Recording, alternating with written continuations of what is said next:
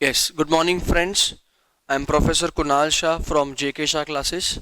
Today I am over here to give you a quick comprehensive revision upon the next topic, that is prospectus and allotment of securities and private placements. Friends, ये पूरा का पूरा chapter तीन part में divide किया गया है. Part number 1 we need to understand is prospectus. Then we need to understand what is allotment of securities. And last May we are going to understand private placement. So this chapter is divided into three parts: prospectus, allotment of securities and private placement. ये पूरा का पूरा chapter दिया गया है under chapter number 3 of Companies Act 2013. This entire chapter is given under chapter number 3 of Companies Act 2013, wherein this entire chapter is divided into two parts: chapter 3 part 1, chapter 3 part 2. Chapter 3 part 1 is further divided into two parts. Part 1a we need to discuss is something called as prospectus, and part 2, that is part 1b, is something called as allotment of securities. Whereas chapter 3 part 2, the provisions are towards private placements. Over here the provisions towards prospectus is given under section number 23 till section number 38. The provisions are given under section number 23 till section number 38. Whereas the provisions of allotment of securities is given under section number 39 and 40. Private placement, the provision is given under section number 42. We are left out with one more provision, that is section number 41, and that is the miscellaneous provision which deals with something called as global depository receipts. तो ये पूरे के पूरे chapter में we have to discuss four things. We have to discuss prospectus, we have to discuss allotment of securities, we also need to discuss private placement, and we also need to discuss GDR, that is global depository receipts. A quick revision, ये पूरा chapter दिया गया है under chapter number 3 of Companies Act 2013, wherein this chapter number 3 starts from section number 23 and it goes till section number 42. 23 से लेकर 42 तक ये पूरा का पूरा चैप्टर फैला पड़ा है. Over here, let us begin the very first part, that is prospectus. Friends, जब मैं आपको बोलूं prospectus, whenever we use a word called as prospectus, तो in that case prospectus is an example towards invitation to offer. Prospectus is an example towards invitation to offer. ये चीज आप लोग ने CPT एंड फाउंडेशन लेवल में पढ़ा रहेगा कि whenever we discuss prospectus, it is nothing but something called as invitation to offer. And when I say invitation to offer means to invite for an offer. In this case, the person is not giving an offer. The person is inviting for an offer. Whenever I use a word called as offer, what is offer? Offer stands for willingness principle and assent principle. कौन से भी statement के अंदर अगर आपको दिख जाता है willingness principle plus assent principle, if any statement comprises of willingness principle plus assent principle, then that statement is termed as an offer. मैंने बोला would you like to buy my car for rupees 10 lakhs. ये मैंने आपको एक statement दिया है, would you like to buy my car for 10 lakhs. ये statement को एनालाइज करते हैं. ये स्टेटमेंट के अंदर क्या आपको कोई प्रकार का विलिंगनेस दिखता है? हाँ sir, Kunal Shah is having a willingness to sell the car, जिसके लिए मैंने सामने वाले बंदे का असेंट मांगा है, would you like to buy my car. So whenever I am talking about a statement which comprises of a willingness principle and an assent principle, then that statement is not a statement, that statement is termed as an offer. So what is an offer? Offer is a statement which comprises of willingness principle and assent principle. But we don't want to discuss offer. We want to discuss invitation to offer. So when I say invitation to offer, what is invitation to offer? The person is inviting, आओ आओ आओ, offer दो, जाओ जाओ जाओ. The person in this case is inviting for an offer. Offer दो, जाओ. Offer दो, जाओ. So whenever we use a term called as invitation to offer, then in that case, it is something towards willingness principle, but nothing towards assent principle. So invitation to offer comprises of only willingness principle, but it never ever comprises of something called as assent principle. मैंने बोला I wanted to sell my car, तो मैंने एक statement दे दिया, would you like to buy my car for rupees 10 lakhs? In this statement, yes, you are finding my willingness that yes, Kunal Shah wants to sell his car. यहाँ पे आपने मेरा assent भी देखा, मैंने किसी को पूछा कि would you like to buy my car? तो ओवर ईयर ये एक प्रकार का ऑफर बन जाता है. बट फॉर एग्जाम्पल मुझे किसी को ऑफर नहीं देना है. आई वॉन्ट कि सामने वाला बंदा मुझे आके ऑफर दे. आई वॉन्ट सामने वाला बंदा should give me an offer. तो व्हाट डिड आई डू? मैंने गाड़ियों के ऊपर एक बोर्ड लगा दिया फॉर सेल. गाड़ी के ऊपर बोर्ड लगा दिया फॉर सेल और मैं गाड़ी के बाजू में बैठ गया. अब जैसे ही रास्ते पे कोई भी आते जाते बंदा मेरे गाड़ी के ऊपर बोर्ड देखेगा फॉर सेल, तो कहने से वो बंदा मुझे आके पूछेगा, sir would you like to sell this car to me? तो उसने मुझे बोला, sir would you like to sell this car to me. It means वो बंदे का विलिंगनेस है टू बाय द कार, जिसके लिए उसने मेरे को पूछा. He is asking my assent. तो उसने मुझे ऑफर दिया है. मैंने उसको क्या दिया है? Invitation to offer. कैसे? गाड़ी के ऊपर मैंने जो बोर्ड लगाया फॉर सेल, गाड़ी के ऊपर जो मैंने बोर्ड लगाया फॉर सेल, दैट बोर्ड लगाना is acting as inviting for an offer. So there is a difference between offer and invitation to offer. When I say offer, it is willingness principle plus assent principle. But when I say invitation to offer, it comprises of something called as only willingness principle. उसमें कोई प्रकार का assent नहीं मांगा जाता है.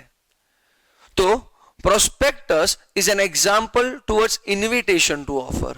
तो whenever I say prospectus, तो कहने से prospectus के अंदर भी सिर्फ willingness principle दिखेगा, उसमें कोई भी प्रकार का assent principle रहेगा नहीं. तो prospectus is invitation to offer. Invitation to offer is only willingness principle but no assent principle. But if I talk about offer, it is willingness principle plus assent principle. For example, अगर एक company है, company को पैसे का जरूरत होता है. Yes, हर एक कंपनी को हर वक्त पैसे का जरूरत होता है. तो whenever a company is in need of money, whenever a company is in need of money, so that company can raise funds.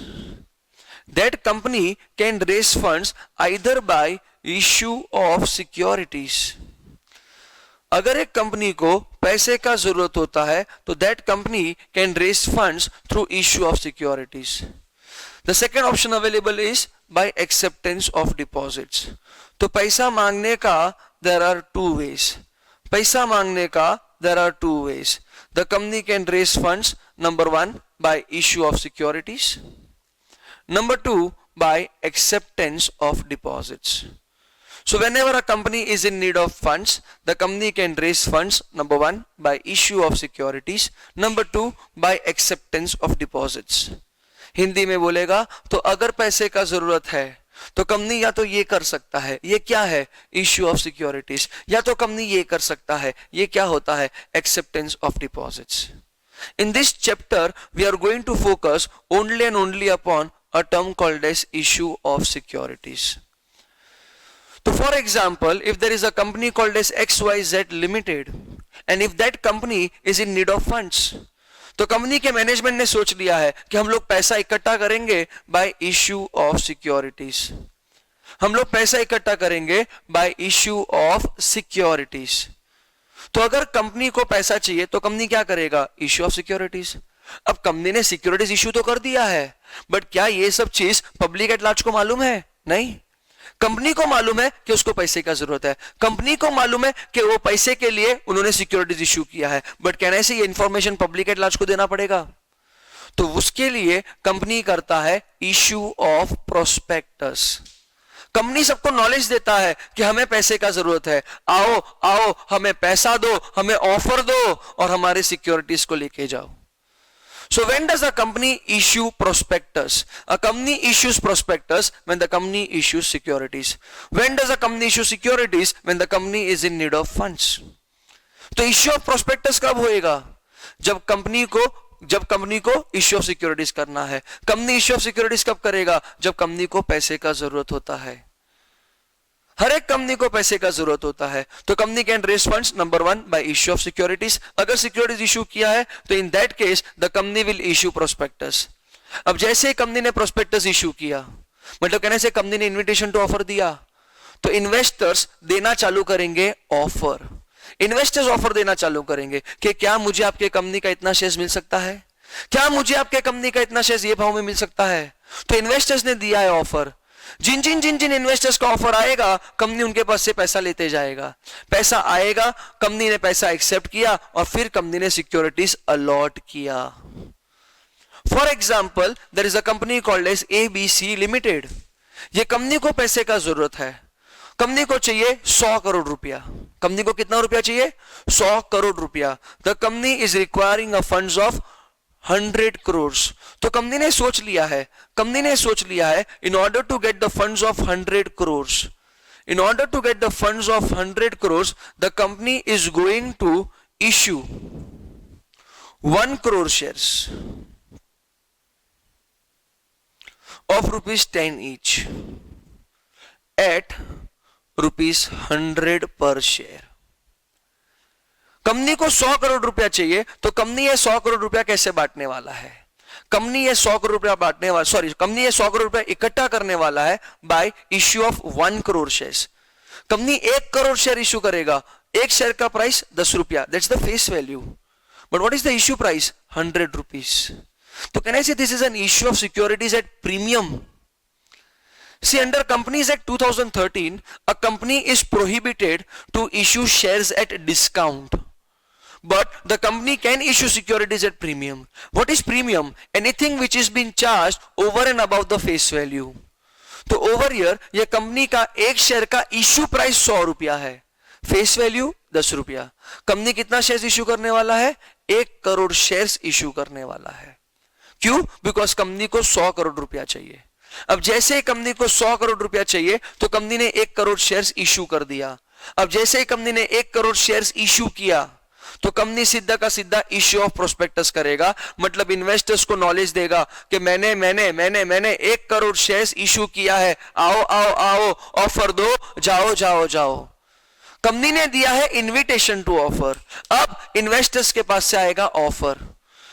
Investor mister Z ने बोला कि क्या मुझे आपके कंपनी का 10 लाख शेयर मिल सकता है? मैं 100 रुपया पर शेयर देने के लिए रेडी हूं। इन्वेस्टर मिस्टर एक्स ने बोला कि क्या मुझे आपके कंपनी का 20 लाख शेयर मिल सकता है? मैं आपको एक शेयर का 100 रुपया देने के लिए रेडी हूं। तो ऐसा अलग अलग इन्वेस्टर्स ने अलग अलग क्वांटिटी का डिमांड किया। कंपनी मैक्सिमम कितना बांटेगा? 1 करोड़, बिकॉज इश्यू भी तो 1 करोड़ किया है। सपोज डिमांड आया, ऑफर आया 10 करोड़ शेयर्स का, it is over subscription. Demand आया 1 लाख शेयर्स का ही, तो it is under subscription. But company ने इश्यू किया 1 करोड़ शेयर्स, डिमांड भी 1 करोड़ शेयर्स का आया, तो it is issue at par. मतलब पूरा का पूरा इश्यू फुल्ली सब्सक्राइब्ड है। तो ओवर ईयर कंपनी ने इश्यू किया था 1 crore shares of 10 each at rupees 100 per share. फिर कंपनी ने दिया invitation to offer, that is issue of prospectus. फिर इन्वेस्टर्स से आया ऑफर। इन्वेस्टर्स का ऑफर आएगा, पैसा लाएगा, कंपनी पैसा एक्सेप्ट करेगा। जैसे ही कंपनी ने इन्वेस्टर का पैसा एक्सेप्ट कर लिया, कंपनी उसी इन्वेस्टर को अलॉटमेंट ऑफ सिक्योरिटीज करेगा। कंपनी ने इन्वेस्टर जेड का ऑफर एक्सेप्ट किया तो जेड को ये 1 करोड़ शेयर्स में से 10 लाख शेयर अलॉट कर दिया। कंपनी ने इन्वेस्टर एक्स का ऑफर एक्सेप्ट किया तो इन्वेस्टर एक्स को 20 लाख शेयर्स अलॉट करके मिल गया। सो ओवर हियर सबसे पहले क्या आएगा? इनविटेशन टू ऑफर, फिर आएगा ऑफर। जैसे ऑफर आएगा, कंपनी ऑफर आएगा तो कंपनी वो पैसा एक्सेप्ट करेगा। जैसे ही कंपनी ने पैसा एक्सेप्ट किया तो कंपनी अभी सिक्योरिटीज अलॉट करेगा। अलॉटमेंट कब होएगा? जब कंपनी ने ऑफर एक्सेप्ट किया। कंपनी ने ऑफर एक्सेप्ट कब किया? जब कंपनी ने इनविटेशन टू ऑफर दिया था। इनविटेशन टू ऑफर दिया, ऑफर आया, एक्सेप्ट किया, अलॉटमेंट हो गया। सर कंपनी ने इनविटेशन टू ऑफर क्यों दिया था? बिकॉज कंपनी ने इश्यू ऑफ सिक्योरिटीज किया था। सर अगर कंपनी ने इश्यू ऑफ सिक्योरिटीज किया था तो क्यों किया था? बिकॉज कंपनी को पैसे का जरूरत था। So whenever a company is in need of money, the company will issue securities. The moment the company issue securities, the company will issue prospectus. जैसे prospectus जाएगा, invitation to offer जाएगा, offer आएगा, offer आएगा, पैसा लाएगा, पैसा लाएगा, company securities को accept, allot करेगा। So allotment कब होएगा? जब कंपनी ने पैसा एक्सेप्ट किया। पैसा एक्सेप्ट क्यों किया? बिकॉज कंपनी को ऑफर आया। कंपनी को ऑफर क्यों आया? बिकॉज कंपनी ने इनविटेशन टू ऑफर दिया था। कंपनी ने इनविटेशन टू ऑफर क्यों दिया था? बिकॉज कंपनी ने इश्यू ऑफ सिक्योरिटीज किया था। कंपनी ने इश्यू ऑफ सिक्योरिटीज क्यों किया था? बिकॉज कंपनी को पैसे का जरूरत था। तो ओवर ईयर पैसा मांगने का कितना जरिया है? 2। Number 1 issue of securities, number 2 acceptance of deposits. मेरे एग्जांपल में कंपनी को कितने रुपए का जरूरत है? 100 करोड़। कंपनी ये 100 करोड़ रुपया कैसे मांगने वाला है? Bye issue of 1 crore shares of ₹10 each eight ₹100। तो सर क्या हर एक कंपनी को पैसे का जरूरत होता है? Yes, each and every company always requires funds. Each and every company कौन सा भी हो, ईच एंड एवरी कंपनी को पैसे का जरूरत होता ही होता है। तो सर अगर कंपनी को पैसे का जरूरत होएगा तो सर क्या वो कंपनी पैसा इकट्ठा कर सकता है bye issue of securities? Yes, that is one of the जरिया। तो sir which company can issue securities? A public company can also issue securities, a private company can also issue securities. Company कौन सा भी हो, public हो private हो, both the companies are allowed to issue securities. Sir, why does a public company issue securities? Because the public company is in need of funds. Sir, why does a private company issue securities? Because a private company is in need of funds.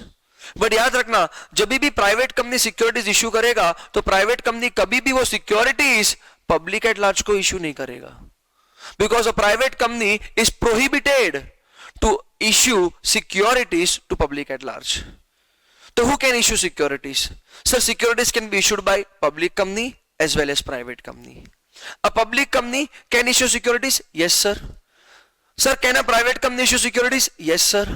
तो company कौन सा भी होवे, company कौन सा भी होवे, public company होवे या प्राइवेट कंपनी होवे, both the companies can issue securities. But private company can not issue securities to public at large because as per the articles of association a private company is prohibited to issue securities to public at large. So over here let us begin our entire topic, that is prospectus and allotment of securities along with private placement. अभी अभी मैंने आपको बोला issue of securities. तो sir issue of securities कौन कर सकता है? Issue of securities can be done bye a company. Which company? It can be done by a public company as well as a private company. तो company कौन सा भी हो, पब्लिक कंपनी हो या प्राइवेट कंपनी हो, both the companies can issue securities. A public company can issue securities by 3 ways. A public company can issue securities by how many ways? 3 ways. Number 1, a public company can issue securities through public offer, or they can issue securities by private placement, or they can issue securities by issue of right shares or bonus shares. So public company को securities issue करने का 3 जरिया मिलता है। Public company can issue securities by how many ways? 3 ways. Through public offer. Public के पास से पैसा मांगा, पब्लिक के पास से पैसा मांगा तो सिक्योरिटीज भी अलॉट किसको किया जाएगा? पब्लिक एट लार्ज को। जरिया number 2, a public company can issue securities through private placement. When I say private placement, मतलब कंपनी ने प्राइवेटली किसी को अप्रोच किया है। Whenever I say private placement, उसमें कभी भी public at large role play करता नहीं है। याद करो फ्रेंड्स, प्राइवेट प्लेसमेंट का प्रोविजन दिया गया था under section number 42। Private placement का प्रोविजन दिया गया था अंडर सेक्शन नंबर 42। तो कंपनी कौन सा भी होवे, पब्लिक कंपनी होवे या प्राइवेट कंपनी होवे, both the companies can issue securities. A public company can issue securities by three ways, that is public offer, private placement and issue of right shares, bonus shares. Public company ने issue of securities public at large को किया, तो offer किसके पास से आएगा, public के पास से, तो that is called as public offer. अगर वही चीज कंपनी ने पहली बार किया है तो it is called as initial public offer, IPO. Reliance का आज के जमाने में IPO आ सकता है? नहीं. कैसे? Reliance is a public company. Reliance already public at large के पास से एक बार ऑफर लेके जा चुका है, तो रिलायंस का भी आज के जमाने में आईपीओ नहीं आएगा.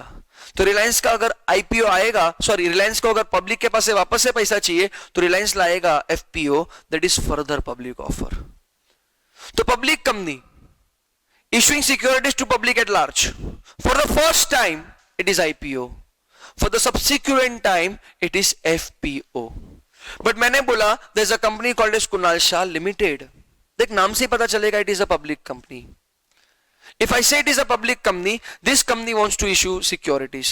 Sir, can a public company issue securities? Yes, three ways. Number one, public offer. मैंने पहली बार पब्लिक एट लार्ज को अप्रोच किया है. कुणाल शाह लिमिटेड ने अपने जिंदगी में पहली बार पब्लिक एट लार्ज को अप्रोच किया है टू गेट द फंड्स. तो कुणाल शाह क्या इशू करेगा? सिक्योरिटीज. किसको? पब्लिक एट लार्ज को. पहली बार, हाँ जी, तो आईपीओ है.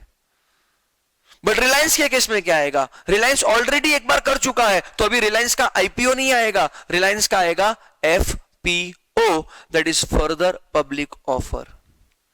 Option number 2 available is by private placement.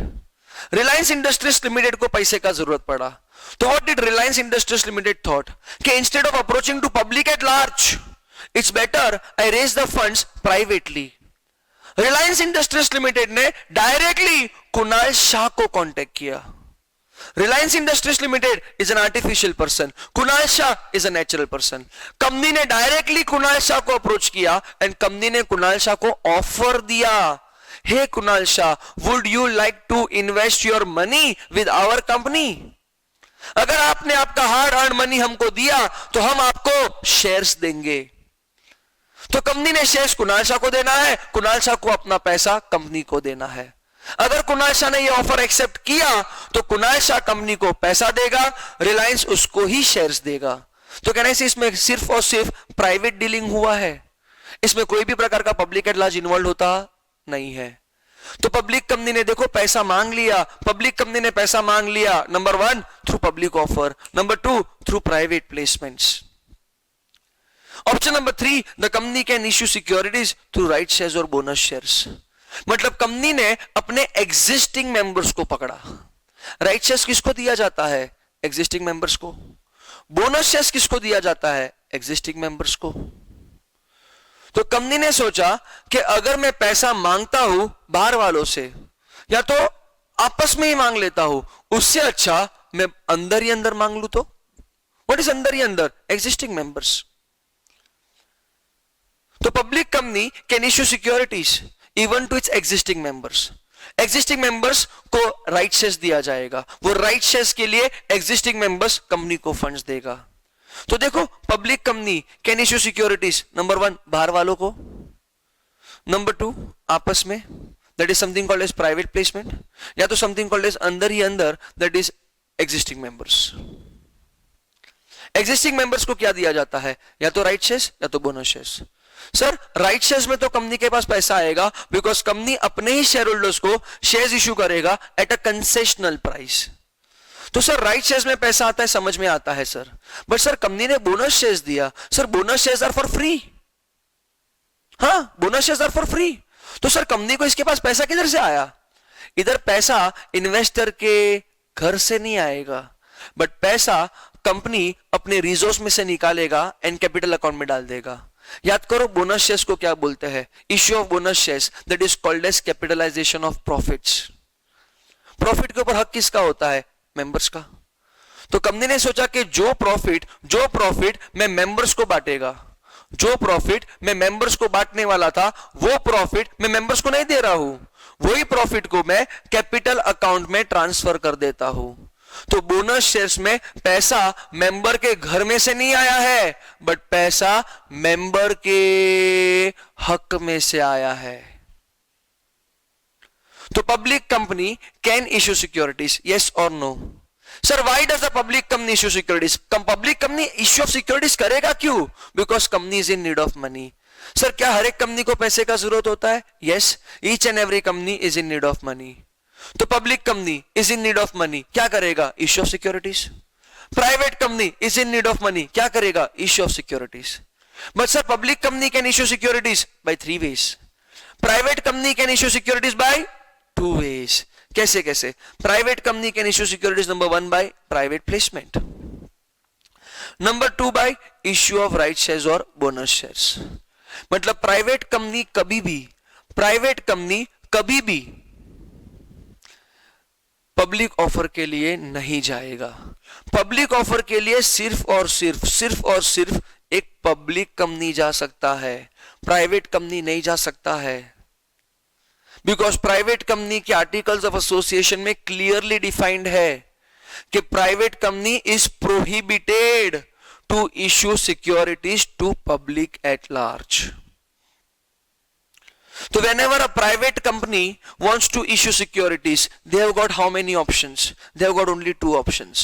Public company can issue securities by 3 ways. Private company can issue securities by 2 ways. Private company can issue securities either by private placement or by issue of right shares and bonus shares.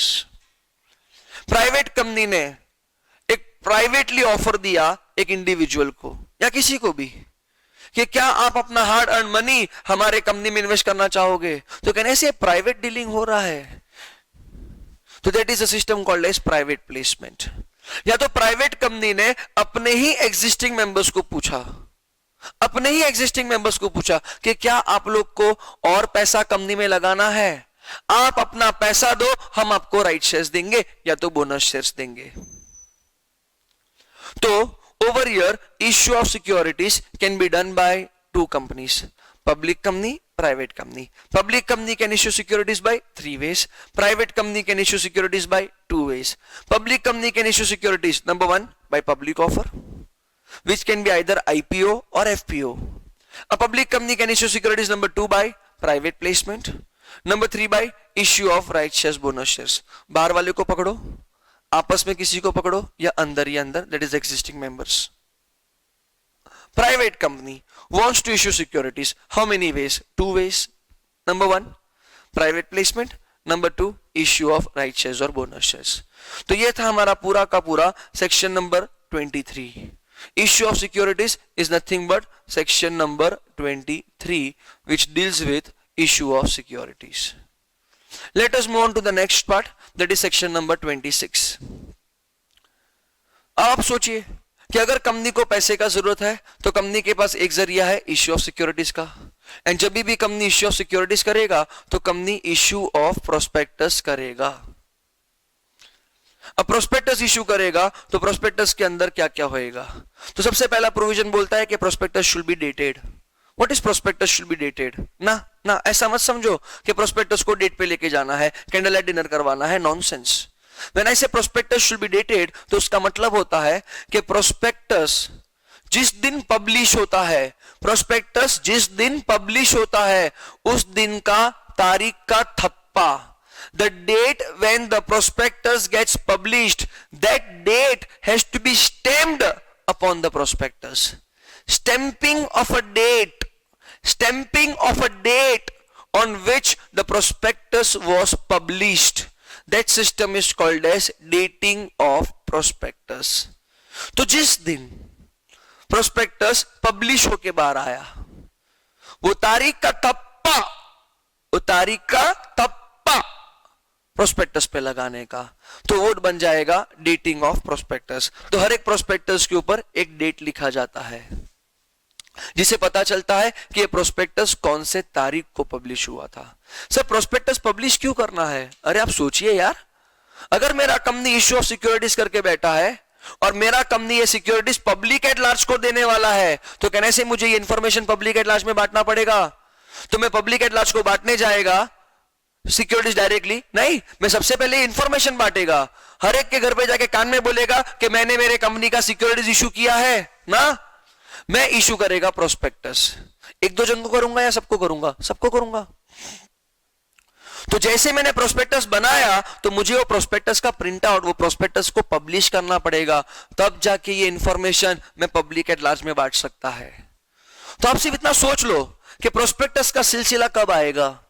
Prospectus का सिलसिला आएगा only, prospectus का सिलसिला आएगा only in case of a public company who goes for a public offer.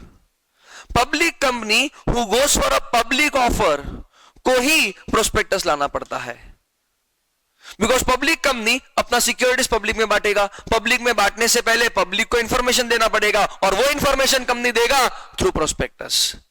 मतलब private company कभी भी prospectus में डील ही नहीं करता है, बिकॉज प्राइवेट कंपनी कभी भी अपना सिक्योरिटीज पब्लिक ऑफर के लिए देता ही नहीं है।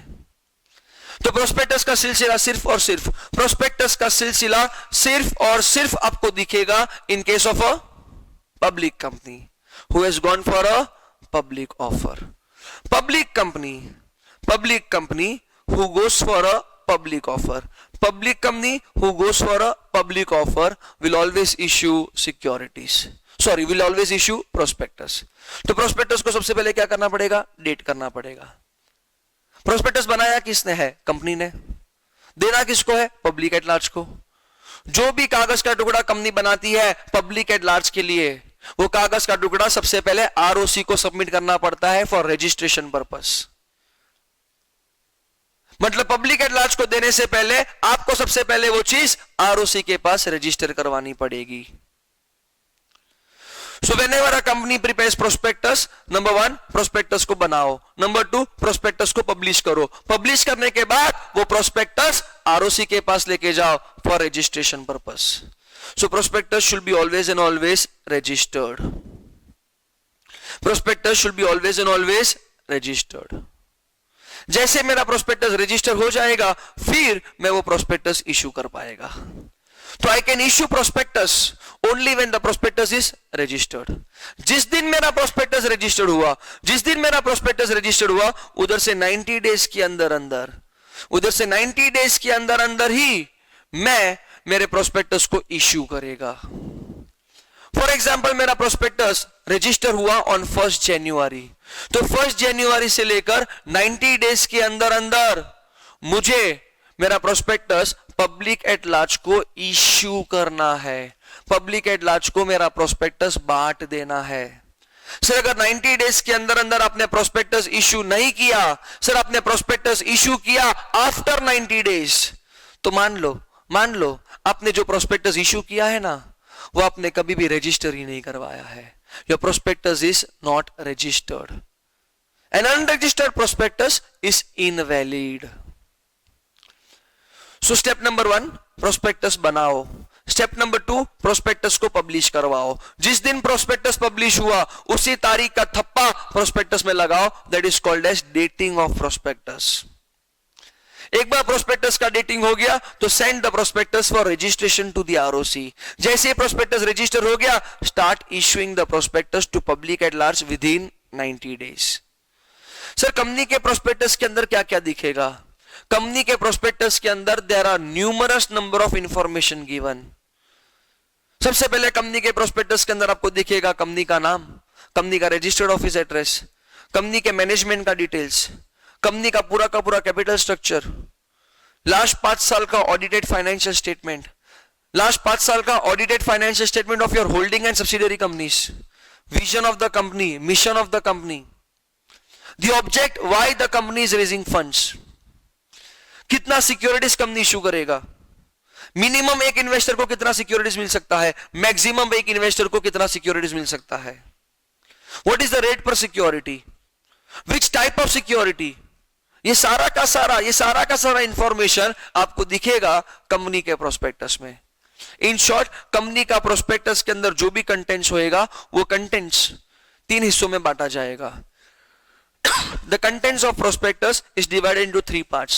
Part number 1 will be something called as general information. Part number 2 will be something called as financial information, and part number 3 will be something called as statutory information. तो company के prospectus के अंदर अनगिनत कंटेंट्स होता है, बहुत सारा contents होता है, बट वो पूरा का पूरा कंटेंट्स 3 पार्ट में डिवाइड किया जाता है: general information, financial information and statutory information. तो ये था आपका प्रोविजन टुवर्ड सेक्शन नंबर 26। उसके बाद आपका आता है section number 27, that is variation in the terms of contract और ऑब्जेक्ट्स इन प्रोस्पेक्टस। वापस से टर्म पढ़ते हैं। टर्म क्या लिखा है? Variation in terms of contract और objects in prospectus of a company, section number 27। इसका मतलब क्या होता है? What is variation in terms of contract और objects of the prospectus of a company? याद करिए friends, when does a company issue prospectus? A company issues prospectus when the company has issued securities for public at large. Why does the company issue securities? Because the company is in need of funds. Company को पैसे का जरूरत है, उसके लिए company ने इसीलिए company ने इश्यू ऑफ सिक्योरिटीज किया है। पैसे का जरूरत है तो सिक्योरिटीज इशू किया है। सिक्योरिटीज इशू क्यों किया है? बिकॉज पैसे का जरूरत है। अब जैसे ही कंपनी ने सिक्योरिटीज इशू किया है पब्लिक एट लार्ज के लिए, तो कंपनी क्या इशू करेगा? प्रोस्पेक्टस। तो प्रोस्पेक्टस के अंदर लिखना पड़ेगा कि अगर इन्वेस्टर ने अपना हार्ड अर्नड मनी कंपनी को दिया, तो कंपनी इन्वेस्टर को क्या देगा? शेयर्स। अब कंपनी के पास पैसा आ गया तो कंपनी वो पैसे से क्या करने वाला है? What is the object of raising the funds? तो कहने से प्रोस्पेक्टस के अंदर one of the content is objects of raising the fund. क्यों पैसा क्यों मांगा जा रहा है, वो क्यों का आंसर कंपनी प्रोस्पेक्टस के अंदर लिख के देता है। Let us have an example. For example, there is a company over here called as XYZ Limited. There is a company over here called as XYZ Limited. This company is in need of funds. ये company को for example 12,000 crore रुपए का जरूरत है। Sir कितना रुपए का जरूरत है? 12,000 करोड़। पूछो क्यों? सर कंपनी को 12,000 करोड़ क्यों चाहिए? बिकॉज कंपनी को एक प्रोजेक्ट मिला है called as construction of metro line. ये प्रोजेक्ट कंपनी को मिला है कि कंपनी को मेट्रो बनाना है, connecting one place to another place. But ये मेट्रो लाइन बनाने का खर्चा कितना है? 12,000 करोड़। कहने से कंपनी ने ये चीज एस्टिमेट किया है, ये एक्चुअल है ना, ये कंपनी का एस्टिमेटेड कॉस्ट है कि अगर एक जगह से दूसरे जगह पे मेट्रो लाइन बनाना है तो 12,000 करोड़ रुपए का जरूरत पड़ेगा। अब क्या ये कंपनी के पास 12,000 करोड़ होएगा? नहीं। तो कंपनी ने सोचा कि मैं ये 12,000 करोड़ रुपया मांगूंगा, मैं ये 12,000 करोड़ रुपया रेस करूंगा थ्रू इश्यू ऑफ सिक्योरिटीज। तो company is going to raise this funds by issue of securities. Company को कितना रुपया चाहिए? 12,000 करोड़। कंपनी को मिला 20,000 करोड़, तो कहने से it is over subscription. Company को चाहिए था 12,000 करोड़ बट मिला सिर्फ 2,000 करोड़, अंडर सब्सक्रिप्शन। कंपनी को चाहिए 12,000 करोड़, मिला भी 12,000 करोड़ ही, तो कैन आई से it is fully subscribed? Yes और नो? यस। तो फॉर एग्जाम्पल ये कंपनी का पूरा सिक्योरिटी सब्सक्राइब हो गया। कंपनी को कितना चाहिए था? 12,000 करोड़। मिला भी कितना? 12,000 करोड़। अब जैसे ही कंपनी को 12,000 करोड़ मिला, तो कंपनी ने प्रोजेक्ट चालू कर दिया, that is construction of metro. जैसे ही कंपनी के पास फंड्स आया, कंपनी ने प्रोजेक्ट चालू कर दिया, that is construction of metro. काम चालू है एंड फाइनली 3 या 4 साल के बाद प्रोजेक्ट रेडी हो गया। जैसे ही प्रोजेक्ट रेडी हो गया तो कंपनी ने पूरा का पूरा कॉस्ट शीट बनाया। तो कंपनी को पता चला कि हमारा पूरा प्रोजेक्ट 10,000 करोड़ में बन गया। कंपनी ने कितना फंड्स रेस किया था? 12,000 crore for construction of metro line. कहने से ये ऑब्जेक्ट कंपनी ने प्रोस्पेक्टस के अंदर बना के रख दिया था और ये प्रोस्पेक्टस सब पब्लिक एट लार्ज को दे दिया था। कंपनी ने प्रोस्पेक्टस में लिख दिया था कि अगर आपने मुझे आपका हार्ड अर्न मनी दिया, अगर आपने मुझे आपका हार्ड अर्न मनी दिया तो मैं आपके पैसे से मेट्रो लाइन बनाएगा। ये कंपनी ने सबको बोल दिया था। तो पब्लिक एट लार्ज ने ये सोच के दिया कि अरे वाह वाह वाह, अगर कंपनी का मेट्रो लाइन बन जाएगा तो यहां पर बहुत सारे पब्लिक को बेनिफिट होएगा वो मेट्रो यूज करने से। Public at large, instead of traveling by road transport, they will use a facility called as metro services. ये मेट्रो सर्विसेज फ्री में दिया जाएगा नहीं, तो कहने से कंपनी का रेवेन्यू बढ़ेगा, रेवेन्यू बढ़ेगा, प्रॉफिट बढ़ेगा, प्रॉफिट सब में बटेगा। हम में कब बटेगा? जब हमने वो कंपनी का शेयर्स लिया रहेगा। तो पब्लिक एट लार्ज ने कंपनी का शेयर्स लेने का चालू किया, प्रोस्पेक्टस के थ्रू लिया एंड फाइनली कंपनी को 12,000 करोड़ मिल गया। उसी 12,000 करोड़ से कंपनी ने मेट्रो लाइन बनाया। बट 12,000 करोड़ में मेट्रो लाइन नहीं बना, मेट्रो लाइन बन गया 10,000 करोड़ में। तो कहने से कंपनी के पास 2,000 करोड़ रुपया अभी एक्स्ट्रा पड़ा है। तो भी लॉ वही पूछता है कि क्या ये 2,000 करोड़ रुपया कंपनी कोई दूसरे ऑब्जेक्ट में यूज कर सकता है? Can this 2,000 crores be utilized for any other objects? Can the company change the terms of contract? पैसा मांगने का टर्म क्या था कि आपका पैसा मेट्रो लाइन में यूज होएगा। तो कंपनी ने वो पैसा उधर यूज तो कर दिया, बट अभी सरप्लस पैसा बचा है। तो क्या वो सरप्लस पैसा के लिए कंपनी अपने टर्म्स ऑफ कॉन्ट्रैक्ट को चेंज कर सकता है? हाँ जी, कर सकता है, जिसके लिए कंपनी को पास करना पड़ेगा special resolution. That is, you require 3/4 of the majority. 3/4 of the votes should be casted in the favor of the resolution. In that case, the company needs to also give notice of resolution to shareholders. जो भी share holder मना करता है आप उनको बोलते हो कि they are called as dissenting share holder. जो शेयर होल्डर ने बोला ना ना ना ना ना ना ना हम अपना कंसेंट नहीं देते हैं, अगर आपने बोला था कि पैसा मेट्रो लाइन में यूज होएगा तो पैसा मेट्रो लाइन में ही यूज होना चाहिए। We don't want this money to be utilised for any other purpose, any other object. No no no, we are not giving our consent for change in the terms of the contract, sorry. तो जो investors ऐसा बोलते हैं उनको बोलने का you are dissenting share holder. ऐसे dissenting share holder को सीधा का सीधा एग्जिट अपॉर्चुनिटी दे देने का। क्या दे देने का फ्रेंड्स? एग्जिट अपॉर्चुनिटी दे देने का। तो अगर ये तीनों के 3 पॉइंट को सेटिस्फाई किया तो एक कंपनी अपने टर्म्स ऑफ कॉन्ट्रैक्ट को चेंज कर सकता है। अ company can very the terms of its contract. Sure? पक्का? Okay. Now let us move on to the next part, that is types of prospectus. What do you mean by types of prospectus? मतलब prospectus का अलग अलग प्रकार है। Prospectus दो प्रकार के होते हैं। Number 1 shelf prospectus and number 2 red herring prospectus. However, we have got one more thing called as a breach prospectus, but वो वक्त आने पे अपन पढ़ लेंगे। सबसे इंपॉर्टेंट रहेगा शेल्फ प्रोस्पेक्टस एंड सबसे इंपॉर्टेंट रहेगा something called as red herring prospectus. तो सबसे पहले पढ़ना है शेल्फ प्रोस्पेक्टस एंड उसके बाद हम लोग पढ़ेंगे रेड हेरिंग प्रोस्पेक्टस। श्योर? क्या पढ़ना है फ्रेंड्स? पहले शेल्फ प्रोस्पेक्टस एंड उसके बाद अपने को पढ़ना है red herring prospectus. What is shelf prospectus? The provision of shelf prospectus is given under section number 31. सबसे पहले शेल्फ प्रोस्पेक्टस के कंसेप्ट को समझते हैं। सबसे पहले शेल्फ प्रोस्पेक्टस के कंसेप्ट को समझते हैं। It is section number 31 which deals with shelf prospectus. Law बोलता है कि shelf prospectus is nothing but a type of prospectus. Shelf prospectus is nothing but a type of prospectus. ये एक ऐसा प्रोस्पेक्टस है जो रस्ते का कोई भी एरा गैरा कंपनी इशू नहीं कर सकता है। हाँ, रस्ते का कोई भी एरा गैरा कंपनी शेल्फ प्रोस्पेक्टस इशू नहीं कर सकता है। A shelf prospectus can be issued only by a company specified by SEBI. Only by a company specified by SEBI. तो over here shelf prospectus. Point number 1, it is a type of prospectus. Point number 2, it is a prospectus which can be issued only by a company specified by SEBI. What is SEBI?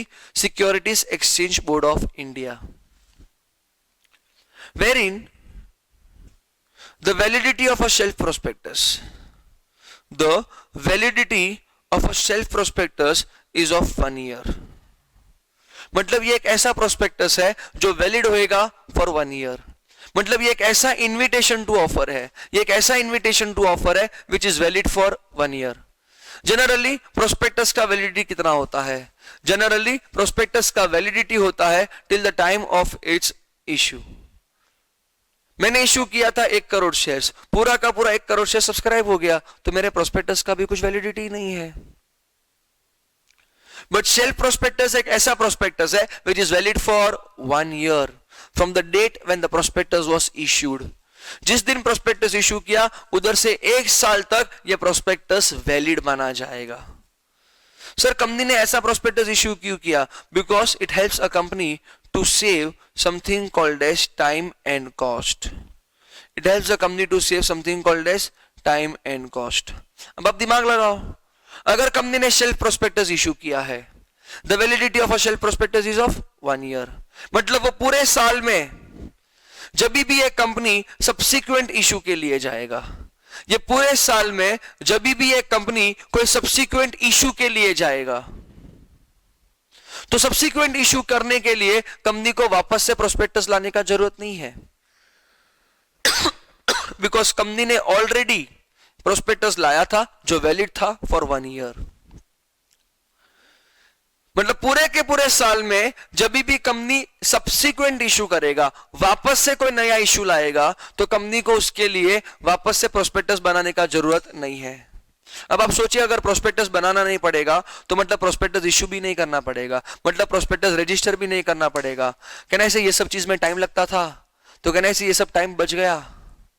Time भी बचा and company का cost भी बचा.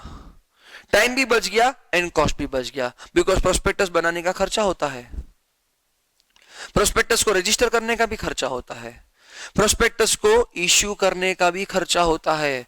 तो ये सब चीज company का बच गया, बिकॉज कंपनी ने क्या इश्यू किया था? प्रोस्पेक्टस ना, shelf prospectus. What is a shelf prospectus? Type of prospectus which can be issued only by a company specified by SEBI. The validity of a shelf prospectus is of 1 year. In that entire 1 year, whenever the company goes for subsequent issue, the company does not need to bring another prospectus because the company has already brought shelf prospectus. This helps the company to save time and cost. Sure? पक्का?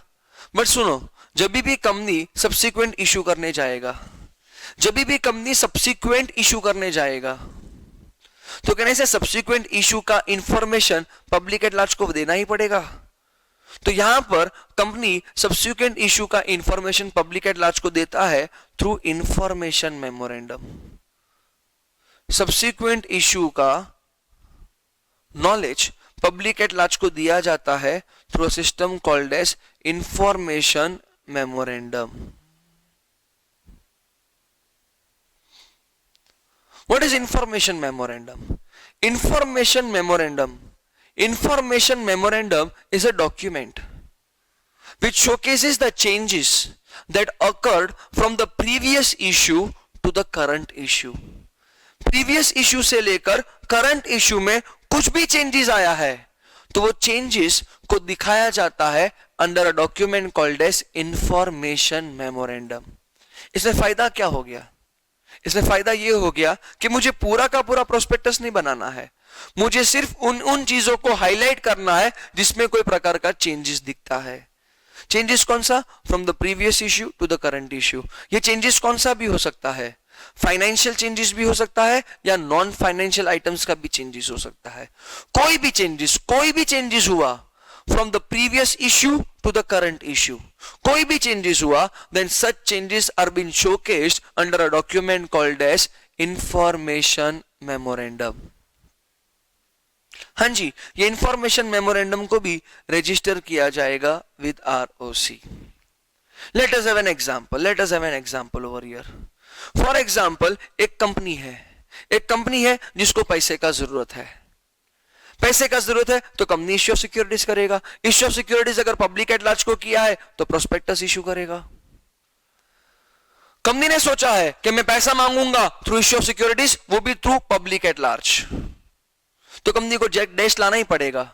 Prospectus. But company ने सोचा ना, मैं इस बार prospectus में नहीं लेके आऊंगा, ना मैं इस बार प्रोस्पेक्टस नहीं लेके आऊंगा, मैं लेके आता हूं शेल्फ प्रोस्पेक्टस। तो कंपनी ने लाया shelf prospectus on a date called as January 2015। तो शेल्फ प्रोस्पेक्टस इशू कब हुआ है? जनवरी 2015 में। तो यहां पर ये शेल्फ प्रोस्पेक्टस का वैलिडिटी हो जाएगा for 1 year, that is this shelf prospectus will be valid till दिसंबर 2015। ये पूरे एक साल में जब भी कंपनी को वापस से पैसे का जरूरत पड़ेगा, तो कंपनी को वापस से प्रोस्पेक्टस लाने का जरूरत नहीं है, because the company has already issued a shelf prospectus and the validity of the shelf prospectus is of 1 year. देखिए, इशू कब किया था? जनवरी 2015 एंड वैलिड कब तक रहेगा? दिसंबर 2015 तक। अब जब कंपनी ने जनवरी 2015 में शेल्फ प्रोस्पेक्टस इशू किया, तो ये शेल्फ प्रोस्पेक्टस के अंदर कंटेंट्स कैन ऐसे दिसंबर 2014 तक का रहेगा, दैट इज प्रीवियस मंथ तक का तो डिटेल्स डाला ही रहेगा। यस और नो? जनवरी के महीने में कंपनी को पैसा चाहिए, तो कंपनी ने शेल्फ प्रोस्पेक्टस इश्यू कर दिया। अब जैसे शेल्फ प्रोस्पेक्टस इश्यू किया, पब्लिक एट लार्ज ने ऑफर दिया, ऑफर आया, पैसा लाया, कंपनी ने पैसा एक्सेप्ट किया, सिक्योरिटीज अलॉट किया, बात खत्म हो गया। बट इसी कंपनी को वापस से फॉर एग्जांपल मई 2019 में पैसे का जरूरत है, सॉरी मई 2015 में वापस से पैसे का जरूरत है, तो कंपनी क्या वापस से प्रोस्पेक्टस लाएगा? नहीं, बिकॉज कंपनी ने ऑलरेडी क्या लेकर आया है? Shelf prospectus, and the validity of the shelf prospectus is of 1 year. Company को यहां पर सिर्फ लाना पड़ेगा इंफॉर्मेशन मेमोरेंडम। क्या लाना पड़ेगा? Information memorandum. मतलब ये पूरे के पूरे पीरियड में कोई भी प्रकार का चेंजेस हुआ है। देखो, ये शेल्फ प्रोस्पेक्टस के अंदर डिटेल्स दिसंबर 2014 तक का है, बट यहां पर ये 5 महीने में कुछ तो चेंजेस हुआ रहेगा ना कंपनी में, कुछ फाइनेंशियल चेंजेस हुआ रहेगा, कुछ नॉन फाइनेंशियल चेंजेस हुआ रहेगा, कुछ तो चेंजेस हुआ रहेगा। तो वो चेंजेस कंपनी कौन से डॉक्यूमेंट में दिखाएगा? Information memorandum. कंपनी को पूरा प्रोस्पेक्टस बनाने का जरूरत नहीं है, कंपनी को सिर्फ उसी चीज को हाईलाइट करना है जिसमें चेंजेस है। एंड इंफॉर्मेशन मेमोरेंडम कंपनी किसको देगा? पब्लिक एट लार्ज को। तो पब्लिक एट लार्ज को समझ में आ जाएगा कि कंपनी वापस से पैसा मांगने को आया है। तो पब्लिक एट लार्ज अपना हार्ड अर्न मनी कंपनी को देने का चालू करेगा, कंपनी को पैसा मिलेगा, कंपनी सिक्योरिटीज अलॉट करेगा, बात खत्म हो जाएगा। बट अगर इसी कंपनी को वापस से फरवरी 2016 में पैसे का जरूरत है, तो क्या वापस से प्रोस्पेक्टस लाना पड़ेगा? हाँ, लाना पड़ेगा, because shelf prospectus was valid only till दिसंबर 2015। अब यहां पर फरवरी मंथ के लिए कंपनी या तो प्रोस्पेक्टस लाएगा या तो कंपनी शेल्फ प्रोस्पेक्टस लाएगा, डिपेंडिंग अपॉन द कंपनी। अगर कंपनी प्रोस्पेक्टस लाया तो it is valid only for that issue, अगर कंपनी शेल्फ प्रोस्पेक्टस लाया it will be valid for another 1 year. So whenever there is a shelf prospectus, the company needs to bring information memorandum, that is a document which showcases the changes that occurred from the previous issue to the current issue. अब आप ये सोचिए, मई 2015 वाला जो issue था, वो issue के लिए कंपनी को प्रोस्पेक्टस बनाना का जरूरत नहीं था। वो इशू के लिए कंपनी को कोई भी प्रकार का प्रोस्पेक्टस रजिस्टर भी नहीं करना पड़ा, बिकॉज कंपनी ऑलरेडी क्या लेकर आया था? Shelf prospectus, and the shelf prospectus was having a validity of 1 year. So this helped the company to save time as well as cost. But जो भी डिफरेंसेस था from the previous issue to the current issue, the company needs to bring information memorandum. Sure? अब आप investor point of view से समझो। जनवरी 2015 में company लेकर आया शेल्फ प्रोस्पेक्टस।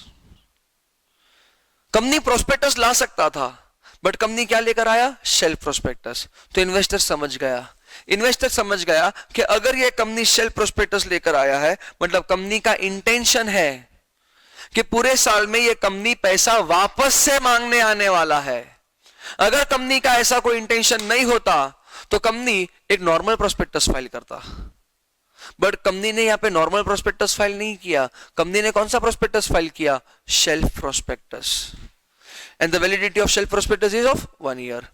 तो जैसे ही कंपनी शेल्फ प्रोस्पेक्टस लाया तो the smart investor has understood that this company is again going to raise funds in this entire 1 year. So in that case, that investor can also provide something called as advance money. Advance में पैसा दे देने का. For example एक investor ने बोला ये company ये रखो 5 लाख रुपया. कंपनी ने बोला हम इतना सारा रुपया एक साथ नहीं ले सकता है, because there is a limit called as maximum issue of maximum allotment of securities whenever you are purchasing shares through prospectus.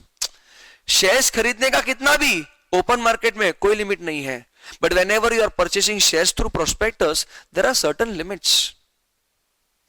Limit क्यों रखा जाता है? लिमिट नहीं रखेगा तो कोई भी बंदा तुम्हारे कंपनी का सारा शेयर्स खरीद लेगा एंड रातों रात मैनेजमेंट चेंज हो जाएगा. उसके लिए कंपनी जब भी शेयर्स इशू करेगा प्रोस्पेक्टस के थ्रू, तो कंपनी प्रोस्पेक्टस में एक इंफॉर्मेशन डालेगा कि हम एक इन्वेस्टर को मिनिमम इतना सिक्योरिटीज अलॉट करेगा, मैक्सिमम इतना ही सिक्योरिटीज अलॉट करेगा, उससे ज्यादा हम अलॉट करेगा नहीं. सी ओपन मार्केट में when can you purchase shares? Open market में you can purchase shares only when someone is ready to sell the shares. When there is a seller, then only there can be a buyer, na? Because when a buyer and seller meets, it becomes a market, economic concept. Open market में जितना shares खरीदने का खरीदो, but open market में तुम shares तब खरीदेगा जब कोई बेचने के लिए खड़ा रहेगा. बट जब मैं बोलूं कि मैं शेयर्स बेच रहा है थ्रू प्रोस्पेक्टस, उसमें सेलर तो फिक्स ही है कंपनी के, कंपनी को तो शेयर्स बेचने ही वाला है. तो एक बायर आके बोलेगा मुझे सारा शेयर्स दे दो, तो कंपनी मना भी नहीं कर सकता है. सारा शेयर्स वही बायर को दे दिया, रातों रात मैनेजमेंट चेंज हो जाएगा. तो उसके लिए कंपनी प्रोस्पेक्टस के अंदर कुछ लिमिट रखता है कि whenever you are purchasing the shares through prospectus, there is a requirement called as minimum allotment of securities and there is a requirement something called as maximum allotment of securities. तो investor बोलता है मैंने 5 लाख रुपया दिया है, मेरे को shares दो. कंपनी बोलता है हम इतना सारा रुपए का शेयर्स नहीं दे सकता है, आई एम सॉरी. इन्वेस्टर ने बोला समझो पहले 5 लाख रुपया जो दिया है उसमें से मैंने 2 लाख रुपया आपको दिया है फॉर द करंट इश्यू, और 3 लाख रुपया मैं आपको दे रहा हूं एज एन एडवांस. ये 2 लाख रुपए के लिए आप मुझे शेयर्स अभी का भी दे दो, बिकॉज ये तो मैंने करंट इश्यू के लिए दिया है. बट 3 लाख रुपया मैं आपको दे रहा हूं एडवांस, क्योंकि मैं स्मार्ट इन्वेस्टर हूं. मैं समझ गया है जनवरी में अगर आप शेल्फ प्रोस्पेक्टस लेकर आते हो, मतलब आपका पूरे साल में वापस से पैसे मांगने का इंटेंशन है. अगर ऐसा इंटेंशन नहीं होता तो आप एक नॉर्मल प्रोस्पेक्टस लेके आते थे. तो 3 लाख रुपया मैंने आपको एडवांस दिया है. तो देखो शेल्फ प्रोस्पेक्टस इशू करने पे कंपनी को एडवांस में भी पैसा मिलना चालू हो जाता है. समझ रहे हो क्या? सर अगर इन्वेस्टर एडवांस दे सकता है तो सर क्या इन्वेस्टर अपने एडवांस को रिफंड करवा सकता है? सर इन्वेस्टर ने दिसंबर 2014 तक का डिटेल्स देखकर डिसाइड कर लिया कि उसको एडवांस में पैसा देना है. परफॉर्मेंस बहुत अच्छा था कंपनी का, बट सर जब कंपनी मई में एक्चुअली पैसा मांगने को आया तो कंपनी ने बताया कि now the company is having loss, now can I say the investor will change his mind. तो sir in this case I am sorry. तो सर इन दिस केस सबसे पहले इन्वेस्टर ने डिसीजन लिया था कि वो कंपनी को एडवांस देगा, बिकॉज वो टाइम पे कंपनी का परफॉर्मेंस अच्छा था. बट जब कंपनी एक्चुअली पैसा मांगने को आया तो इंफॉर्मेशन मेमोरेंडम के थ्रू पता चला that the company is facing losses now. See, future is always uncertain. You cannot define the future things. किसी ने सोचा था कि किंगफिशर एयरलाइंस कभी ना कभी इंसॉल्वेंट होएगा, नहीं हो गया. तो यहां पर 5 महीने में कुछ भी अनसर्टनिटी आया एंड कंपनी को लॉस होने का चालू हो गया. तो now the investor wants to demand refund of his advance money. तो सर क्या इन्वेस्टर अपने एडवांस मनी का रिफंड मांग सकता है? यस, इन्वेस्टर अपने एडवांस मनी का रिफंड भी मांग सकता है. जिस दिन इन्वेस्टर ने रिफंड मांगा, कंपनी का ड्यूटी बनता है 15 दिन के अंदर इन्वेस्टर को पैसा रिफंड कर देने का. सर अगर 15 दिन में रिफंड नहीं किया तो in that case the company is liable to pay interest at the rate of 15% per annum. So whenever the investor has provided the advance, such advance can also be demand as a refund amount. Investor can demand a refund for the same. But in that case, the company needs to refund the money maximum within 15 days. If not within 15 days, then the company is liable to refund the entire amount along with interest at the rate of 15% per annum. ये हमारा पूरा का पूरा concept था towards something called as shelf prospectus. One of the important concept for Inter CA May 19. Sure. Let us move on to the next concept, that is a concept called as a red herring prospectus. The concept of red herring prospectus. The concept of red herring prospectus is given under section number 32. It is section number 32 which defines a red herring prospectus. What is red herring prospectus? Practical life में आपको ज्यादा से ज्यादा चीज red herring prospectus से दिखेगा. तो let us understand a concept called as red herring prospectus. Concept का नाम क्या है? Red herring prospectus. And the concept of red herring prospectus is given under section number 32. It is given under section number 32. तो what is a red herring prospectus? A red herring prospectus is nothing but a type of prospectus. Red herring prospectus क्या है? It is nothing but a type of prospectus. ये एक ऐसा prospectus है जिसको register करना पड़ेगा. Yes yes yes friends, prospectus बोला ना मतलब रजिस्टर तो करना मैंडेटरी है. तो red herring prospectus is a type of prospectus which should be registered with ROC, which should be registered with ROC, which should be registered with ROC. I'm sorry.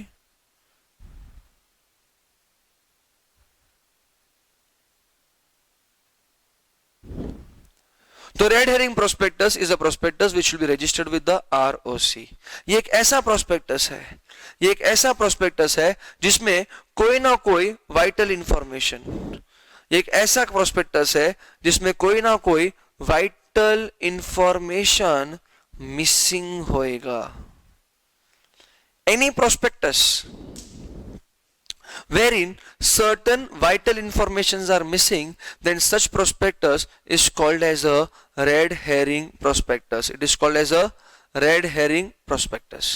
Sir, what is the information which is missing?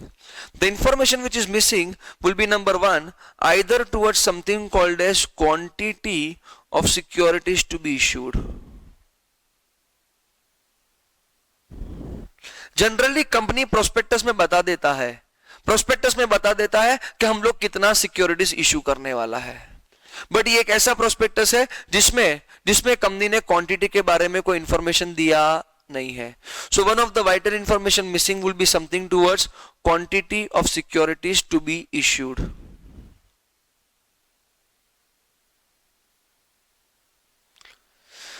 और the second vital information which will be missing is something called as rate per security.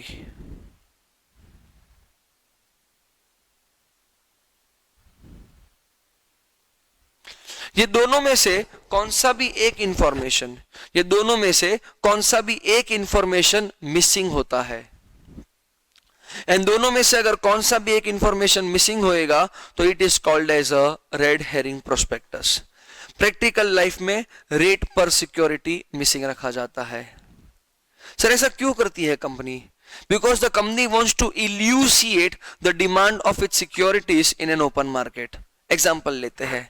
याद करो मैंने सुबह सुबह आपको एक example दिया था 1 घंटे पहले कि एक कंपनी है जिसको 100 करोड़ रुपए का जरूरत है, एंड ये कंपनी ने सोच लिया है कि ये कंपनी 100 करोड़ रुपया इकट्ठा करेगा. ये कंपनी 100 करोड़ रुपया इकट्ठा करेगा bye issue of 1 crore shares of ₹10 each at ₹100 per share. ये पूरा का पूरा स्टेटमेंट किधर लिखा जाता है? ये पूरा का पूरा स्टेटमेंट प्रोस्पेक्टस में लिखा जाता है. तो देखिए फ्रेंड्स, प्रोस्पेक्टस के अंदर कंपनी क्वांटिटी के बारे में इंफॉर्मेशन देता है and company rate per security के बारे में भी इंफॉर्मेशन देता है. ये बन जाता है normal prospectus. But for example company ने बोला we are going to issue 1 crore shares of ₹10 each at dash price. The company has not specified the rate per security. तो कहने से ये एक ऐसा प्रोस्पेक्टस है जिसमें रेट पर सिक्योरिटी मिसिंग है। One of the vital information that is rate per security missing है। One of the vital information that is rate per security missing है। तो ये क्या बन जाएगा? ये बन जाएगा something called as a red herring prospectus. Why did the company do this? Because the company wants to elucidate the demand of its shares in the market. Company अपने शेयर्स का डिमांड इल्यूसिएट करने का ट्राई कर रहा है। Company cheque करना चाहता है कि अगर वो मार्केट से पैसा मांगता है तो इन्वेस्टर कितना रुपया देने के लिए रेडी है। कंपनी अपना गुडविल चेक कर रहा है actually. The company is elucidating its demand in the market.